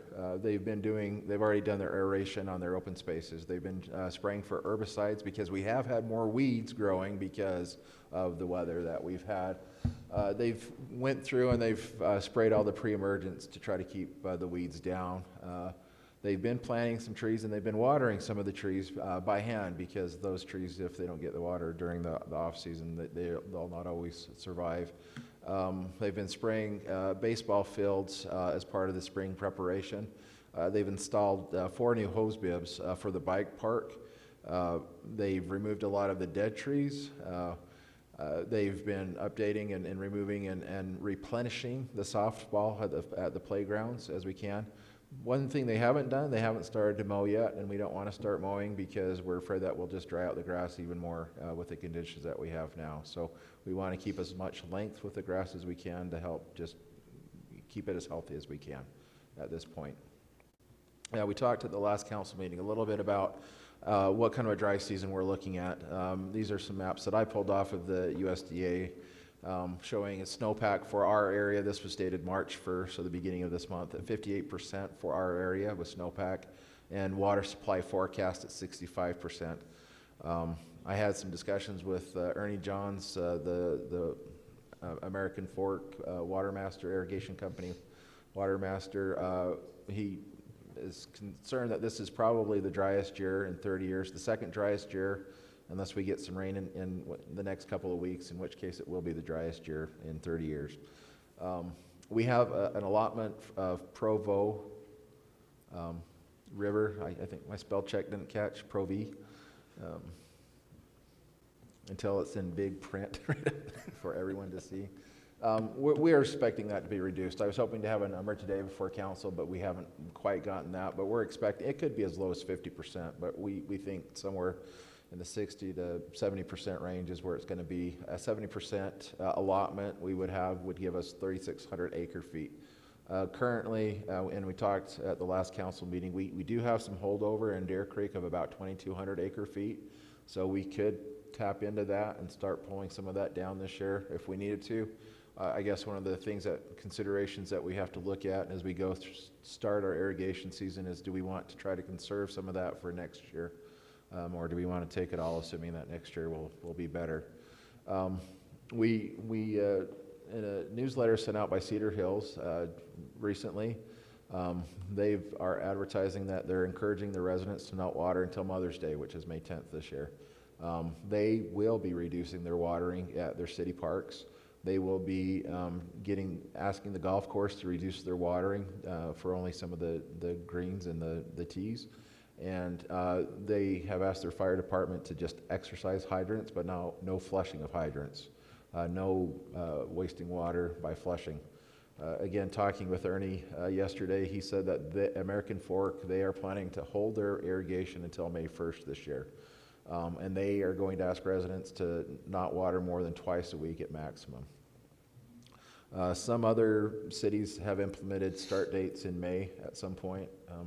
I read an article in KSL earlier where Pineview Water District up in the Weber area will actually be fining residents that use more than their allotment of water, and they will shut them off and not have access to irrigation water if they do use up all of their allotment. So not necessarily suggesting that, I'm just trying to paint a picture of what some other municipalities have started to implement this year. We want to discuss with the council what we see as kind of three options that we have to move forward and see what your thoughts are. Option one would be to start irrigation season April 15th as normal, but to try to promote conservation. We think even with that, we'll probably see some brown areas, but we would ask for a voluntary reduction in use for our residents. And you know, talking with Josh, he tries to be as conservative as he can and still kind of maintain things to be nice, but we would try to maybe cut back in some areas that might seem appropriate. Option number two would be to maybe mirror a little bit what American Fork is doing and just start to irrigate some of our open fields, our ball fields, any playable areas. And obviously the thought behind that is if people are playing sports and the ground is super hard, there could lead to injuries. So if we chose that route, we would see some brown grass in certain areas. We're also concerned that if we hold off until May, that once May hits, people will make up for not watering at all in April and just overwater, which is a concern. Option number three is no watering whatsoever until May. And we kind of just said May. We didn't say what type of May 1st or May 10th, somewhere in that kind of May time frame. That definitely would result in some brown areas that we have. We're concerned that it would also increase grubs and other pests in the area, and we're afraid that if we don't start doing some irrigation early, that some of these areas might be hard to recover and take a lot harder for them to come back. So try to list some pros and cons to each of these. Councilmember Smith, what's your thoughts? Well, I'm going to tell just a couple of interesting things. So I talked to Ernie John at length because we're on the North Point Solid Waste Transfer Station Committee. We met yesterday morning, and I talked to him before and after, and he was telling me, because he's great. He does a lot of work. He says you can drive all the way up to Silver Lake Flats right now, and one of the big issues we've had is the snowpack that we have is melting now. We're like 2 months ahead of where it should be melting. So it's a problem, but at the same time I pointed out to Ernie, I said, you know, I drive on Canal Boulevard East going to my work, and Fox Hollow Golf Course has been watering every day with at least 12 sprinklers, and it's pristine green. How does that fit with the conservation in American Fork? And he said, you know, well, the mayor's going to talk to them. Of course, they have a well there, which I think is part of theirs. But at the same time, one of the problems, and I drive through American Fork all the time, and I'm not picking on American Fork, but what happens is if you delay the actual watering time, which theoretically should save water, what people are doing is they're watering with their culinary water system. And I would be tempted, and I'm actually doing this little spot watering myself, because things with it being hot and dry, they're dying. And so I would lean towards option one and just really emphasize conservation, maybe water twice a week, but try to keep things alive as long as we can. If we don't get any water this summer, I mean, we're out of water, and then we're all in the same boat. But I think there's a problem with, if you try to conserve too much up front, then people use their culinary water, they're trying to get their yards and at least keep them alive, and then people use it inappropriately, like the golf course there, because if you drive by that golf course, it's pristine green. And he was talking to me. He says they've had to have a talk with the temple president too, as you may not be able to have your grounds perfect this year and things. So, you know, I think we all have to be in it together. Does that make sense? But we can't have, you know, big exceptions glaring people in the face and not be consistent. So I think consistency is important. I would lean towards option one because I think people tend to, if they have to wait, they overwater because they're trying to resurrect stuff. And I'd rather be able to water a little bit at a time, knowing I'm going to have to conserve and try to keep things halfway alive. And it's always hard to predict the weather. This has been a very unusual year, and what's really bad is it's been warm, melting what snowpack we have. And so that's kind of my opinion. And Ernie talked to me a long time yesterday. He's real concerned, so. He is, and one thing that I failed to put on the list, but especially for option 3, we'd be concerned about cross connections, illegal cross connections, as people try to hook up culinary water to their irrigation system so that they can irrigate. Yeah, and that's a problem, and they will. If they're watering by hand, I mean, honestly, hand watering brown spots is one of the conservation methods that are put out there. Don't turn on your sprinklers, just water by hand when you do have those. And I'm watering mainly shrubs and a few plants that I'm trying to keep alive. But Councilwoman Rodella, what do you think? I agree with Scott, option 1. Yes. Ms. Rice? Well, I'm trying to, council member, councilwoman, it's like such a long word that when I say it a whole bunch of times. And it doesn't bug me, I'm just teasing you. So I, probably option 1, but I want to, you know, I'm sure you've already come up with some usage, and Aaron and I talked about this, but because I need to water in my triazonon, right? Or I'm, you know, that makes it worse. And then people think that's dry, and it's not dry, it's grub. I call it billbug. But I am trying to commit myself this year to just water my gardens by hand. So my tomatoes, I'm not going to turn number 14 on for the whole garden. I'm just going to water the tomato plants. I'm just going to water the trees and try to do that by hand. The exception would be if I go on vacation. I would have to turn that on. But like you said, to your point, that is one of the conservation. If you have a dry spot, you need to water it by hand. I also believe that we really need, maybe I'm giving more than what you want, but I really think that we need to emphasize conserving water on the indoors as well. Because, I mean, and it was about, like I've told some of you, it was about 1982 when the county had a really serious water year. They recommended that we shower, not bathe. They said, please flush 3 times a day, no more than that. And we ended up saving thousands of gallons of water. So I don't think you can ask them to conserve outside without asking them to conserve inside, which is... But that's an interesting point. Number 1. So yeah. I just think that we are in such a position that we're going to have to really work on that and anything else that people have. But that's what we did in the 80s, and we thought we saved thousands. I lived in Orem at the time, so. And we have lots of social media tools at our disposal to advertise it now. Yep. Councilmember Campbell, I know you feel strongly about this. I do, and I'm listening to Ernie Johns, who stood right there and said that if we wait until May, people will overwater to catch up and you don't really gain anything. I believe him. So option 1 is the only option for me. But I do believe that we need to ensure that our residents understand the state that we're in. If Ernie Johns is scared, then we need to be scared, and our residents need to understand that. I don't want them to get scared, I just want them to understand it. So going to 2 days a week, to me, should be on the table. That we voluntarily ask them to go 2 days a week rather than the traditional 3 days a week, because we do have to do something different.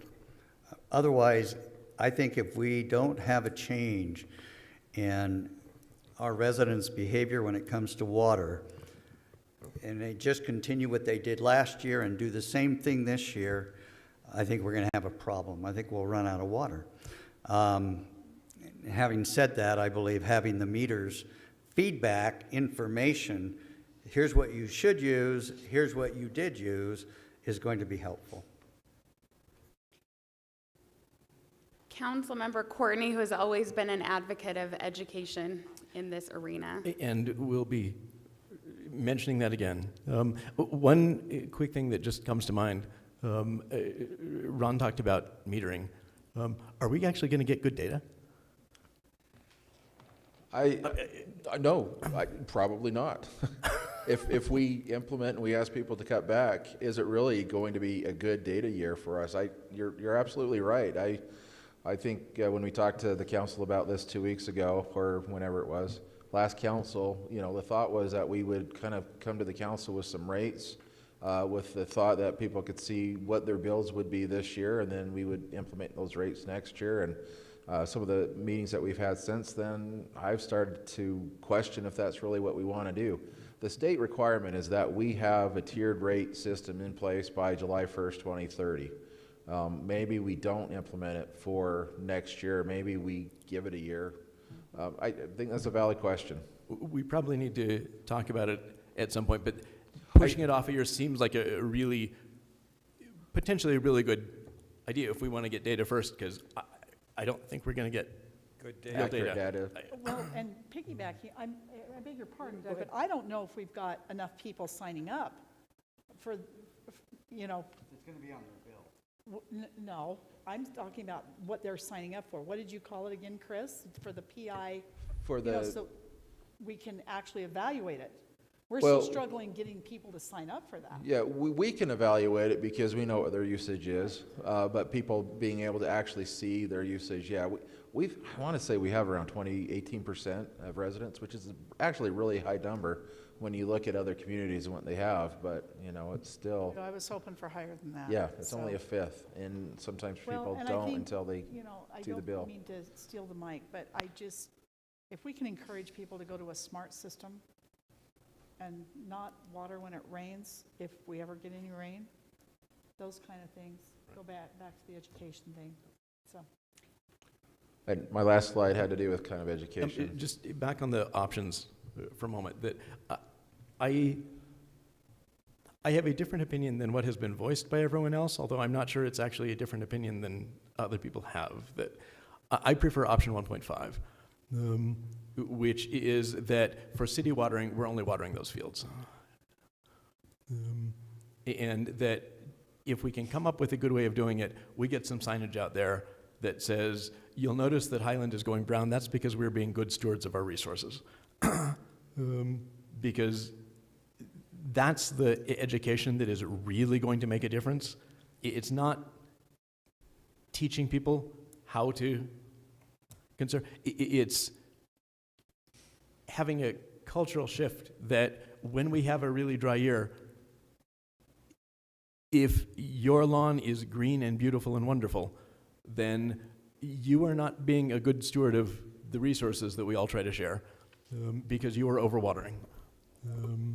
And if we can demonstrate that, look, we're being selective about where we're watering, we're putting off some of the watering until a little later in the year, and communicate that out well, I think that's a really valuable communication point, especially if we frame it as, look, you see that we've got brown spots. You see that we're going brown. It's because we're being good stewards of our resources. I think that's an important communication point with regard to education that we need to be doing. I do agree with Liz, this year and every year, I think we do need to encourage culinary conservation as well, although that has less to do with dry years, wet years, than it does with, we just need to be better about doing that in the long term. Let's go ahead and take a look at your slide about education. Didn't you say you had one? Yeah, this is it right here. I just, Oh, you know, perfect. part of, I think, the whole process should be some education, some outreach. We want to try to still encourage residents to sign up to view their usage online so they can see what they're actually using. We want to push things out in city newsletters, flyers. We still have some funds left over with the meter grant that we have. Some of the things that we've talked about internally that maybe we could highlight are pressure-regulated sprinkler heads, which will help really. Josh is a huge proponent of those and how they can reduce overwatering on areas that don't need it. He's also talked a lot about, USU Extension has done a study that watering during windy times can be more disadvantageous than watering during high weather day or heat days during the middle of the day. That can actually result in more evaporation than watering when the sun's out. So maybe not try to force nighttime watering so much, especially in certain areas in the city that have higher winds. I think we really need to emphasize no watering on Sunday as well. Hasn't that been kind of the rule of the past? I thought that was the general rule. Am I wrong on that? Yeah, I think we've generally reserved Sunday for city For parks other- because we yeah. are pumping out so much water that we're worried about pressure. Is that? Yeah. Where it's been kind of an even odd sort of thing, depending on the day of the week, that's traditionally what's happened, I think. Do you have everything you need from us? I do. Thank you. Don't we, one comment from me. Aaron, don't we have a video that Mr. Hart put out a few years ago about water conservation that I remember being really great? Why don't we pull it back out and post it on social media, just for old time's sake? Fantastic. And We'll work Scott on needs that. a royalty for Perfect. that if we use it. Mr. We can do that. Dr. Smith. So I just want to say I agree with everything that's been said today, and we've got to find a way to conserve. However, and Doug's idea about maybe posting on some of the parks and that, but we did spend $10 million on this brand-new park. I think it would be bad to let it burn up. I think we're going to have to prioritize on a city level what's most important. And I think it really looks bad if the entrance to the cities are all burned up. We have to just I figure prioritization, I'm sure you're doing that, but I'd sure hate to see the Highland Family Park burn up after we just spent $10 million on it. Well, and we should also, I think, talk about Heritage Park, because That's the if we go fling. with this watering plan and it's not a playing field, so it's not watered, and then it's dry at Fling, then we can't all complain at staff if that's a decision that we've made. So is that a park that we want to keep watered? Yeah, that's the fling. I don't know. We'll have to see. Hopefully it'll rain. Heritage Park pray is for more rain. visible than It is. our new park. So I'm with Scott that anything that represents the city, when you drive through the city or into the city or out of the city, those parks that are on the main thoroughfares need to be. I would say one of the hard things when Chris and I were talking about this is how do you choose what's important to Highland in terms of like playing fields? Because we talked a lot about last year about Alpine Highway, right, and how brown it was looking. That is what the state would absolutely call non-functional turf.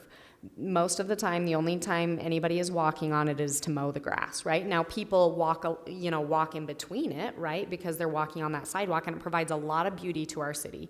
And it provides a lot of cooling, right, to those who are walking there. So like, when I say non-functional, it's because nobody's getting on there to kick a soccer ball or throw a Frisbee or whatever, right? And I feel like I could make an argument of that of almost all of our green spaces, right? Like, in Viewpoint, right, it's a very hidden away place, but for those neighbors, it's right in their backyard, and so they care a lot about it. And so we were having a hard time picking and choosing, and so honestly, I think for us, if you want us to cut back or like pick and choose, like playing fields are really easy because there's only the ones that we reserve out. Or we kind of have to look more globally and say, no, well, we're gonna water everything, but we are gonna be conservative with it. But say playing fields, and Alpine Highway, and 10400 North, and Viewpoint, like, I think that just becomes everything at that point. Well, and I understand what you're saying, Aaron, but I think you could still have kind of a priority if we really get bad. Yes, yes. Because it's already hot and it's March. No, for sure. What kind of summer are we going to have? So I think having a priority saying, hey, we need to keep these two parks a go, and maybe we'll let the Alpine Highway go. Yeah, But at absolutely. the same But from the time- beginning, we start good, Right. but then if things get bad, we'll We kind let of it keep go. in touch. But the Yeah. thing we've got to do is we've spent a fortune on trees over the years Mhm. that unfortunately have died, and some of us from lack of water. And so I think we need, if nothing else, kind of keep our trees, because that cools. Well, and I remember a few years ago when the drought was really bad and the state put out a bunch of messaging, right? Trees is one of the first things you try to save, right, Right. overall, just because of the length of time it takes to grow a tree. Right. I And wanted they to speak cool. to your comment about Highland Family Park, Councilmember Smith. We are absolutely conscious of that. We're actually still not letting soccer teams reserve the field because we can't put water on it right now, and we're worried if we let them reserve it, it's just gonna get torn up because we can't water it to help it recover. So we're trying to keep that looking very nice after all the money that council opted to spend there. Well, and I think we need to also look at the water pad. Hate to bring that up. Oh, but splash pad, we that's need the right. Splash pad. But there's a couple of other ideas that I had, but I'll let it go for time. Okay, it is 9:10. We do have a closed session. We have 4 items left on our agenda. So are we wanting to continue with those 4 items? I know we need to do the driveway item, but would we like to continue the other 3 items to our next meeting, or do you all want to proceed tonight? I can be fast. I can let the burying the power lines go, but I need to talk about emergency preparedness. Is everybody good with that? Maybe just put a time on it. Okay. Let's go ahead, Councilmember Rice, and maybe be as succinct as you can in that one. I'm always a little bit brief about that, but and one of the reasons is that April 16th is the great shakeout that I'm hoping the community will go with. I've looked at several websites. NFPA has a backpack emergency go kit. I'm really just trying to make sure that people are looking at websites and watching. There's a Be Ready Utah website that's very good. There's also one for seniors of what seniors can do and what to do in an emergency with animals, wildfire preparedness for household pets, nfpa.org, take action. So that's really all I wanted to say. Just perfect. I'm just trying to always bring it forward, because sometimes if we're not hearing about it, we think that it's not a priority. It's always a priority. It's appreciated. Which kind of goes in with the power lines too, but we'll do that another time. Thanks. Perfect. Thank you. And Rob may have some information about the power lines that he can also send out. We can push Central Utah 911 to next month. Okay. I was thinking that it might be a good idea, and I've asked staff about this, to maybe, because Councilmember Smith brought some really great information about the animal board, to maybe set aside a communication item each meeting for our committee so that we can all give an update. I think that would be good to know what's going on with all the different things. So something that we've talked about. Driveway update, Aaron. Chris.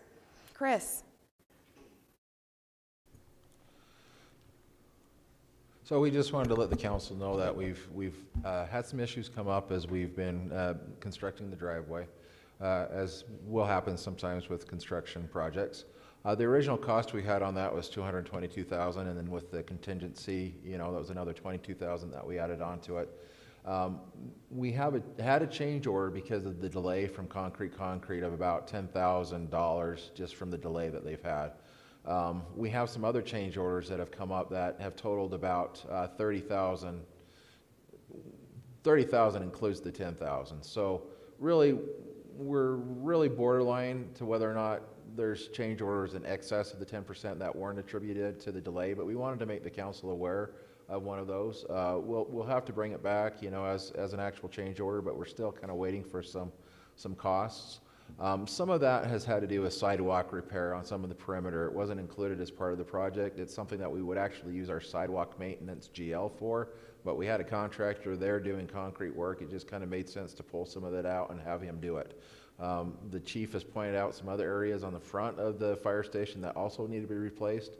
We decided they probably really didn't want to have the entirety of the fire station sidewalk perimeter torn up, so we'll do that as a separate project once we get the parking lot finished. We probably won't go through concrete for that. But that kind of light blue area right in there, that is just supposed to be parking, but once we got in there, it really looked like it needed to be replaced. So we've asked them to replace that, and that short section of sidewalk in the magenta there. I think the total cost for that was about $5,000, just over $5,000, $54.26. You can kind of see there's a small kind of rectangle right there. That's the cabinet that we relocated, the power cabinet. It wasn't quite where we were hoping to get it, but you can also kind of see there's a sewer line that runs north to south right there. And then on the other side of that, the east side of that, there were other irrigation lines that were through there. So really, we had some utility conflicts, and we just had to put it in the best place that we could make do. To do that, we've kind of added a bit of a radius to the curve around there, and we've relocated the dumpster pad. That was going to be right there because that kind of is going to limit the access, and because we had the resident that lives in the Toscano right next door come out and say he didn't want a dumpster pad right next to his house for some reason. So we moved that up into the corner, and just with relocating that and shifting some of that, we got a few $1,000s. It wasn't a huge, terrible amount. One of probably the larger change order that we're going to see that we still don't have an exact number on is we discovered when we pulled up the parking lot that there's this roof drain. You can see the roof drain in the picture on the left that had gone underground and had connected with a pipe into the storm inlet. That pipe had failed at some point, and it had supersaturated the base material underneath the concrete pad, which probably is what has led to its failure or was a major contributor to it. So rather than just putting a brand new concrete pad right on top of crappy soil, we thought it might be a good idea for us to do some over excavation, remove some soft spots. They actually have put some geogrid on it just earlier today, and to create a more stable base, and then to redo that existing roof drain line. That wasn't part of the original contract. So right now, some of the costs, we're looking at about $8,600, but honestly, with the geofabric that we put down today, that seems like it's going to be low. We'll have to add some more to it, and we'll bring back once we have actual cost to the council, but we wanted to make the council aware and hope that they agree that it's probably makes more sense to do it right, even if it costs a little bit more money. I did send the change order amount for the first $10,000 to Rocky Mountain Power, and I told them that we feel like that should be their responsibility to pay for that because the delay was their fault. He's told me that he has submitted it to claims, which doesn't give me a whole lot of hope, but at least it's a starting point, and we'll continue to try to negotiate with them and try to force them to pay what our extra costs are on this. Absolutely. One thing just to emphasize, Mayor and Council, I wanted Chris to talk about this now, even though it's a lot of unknowns as far as what is our bill going to be, just because it's a month away from our next city council meeting. So there may be an email I need to send to you that says I need kind of preliminary authorization to proceed, just because it will be a month away. So we wanted to get you enough information that you knew what we were talking about if an email does need to come to you. So.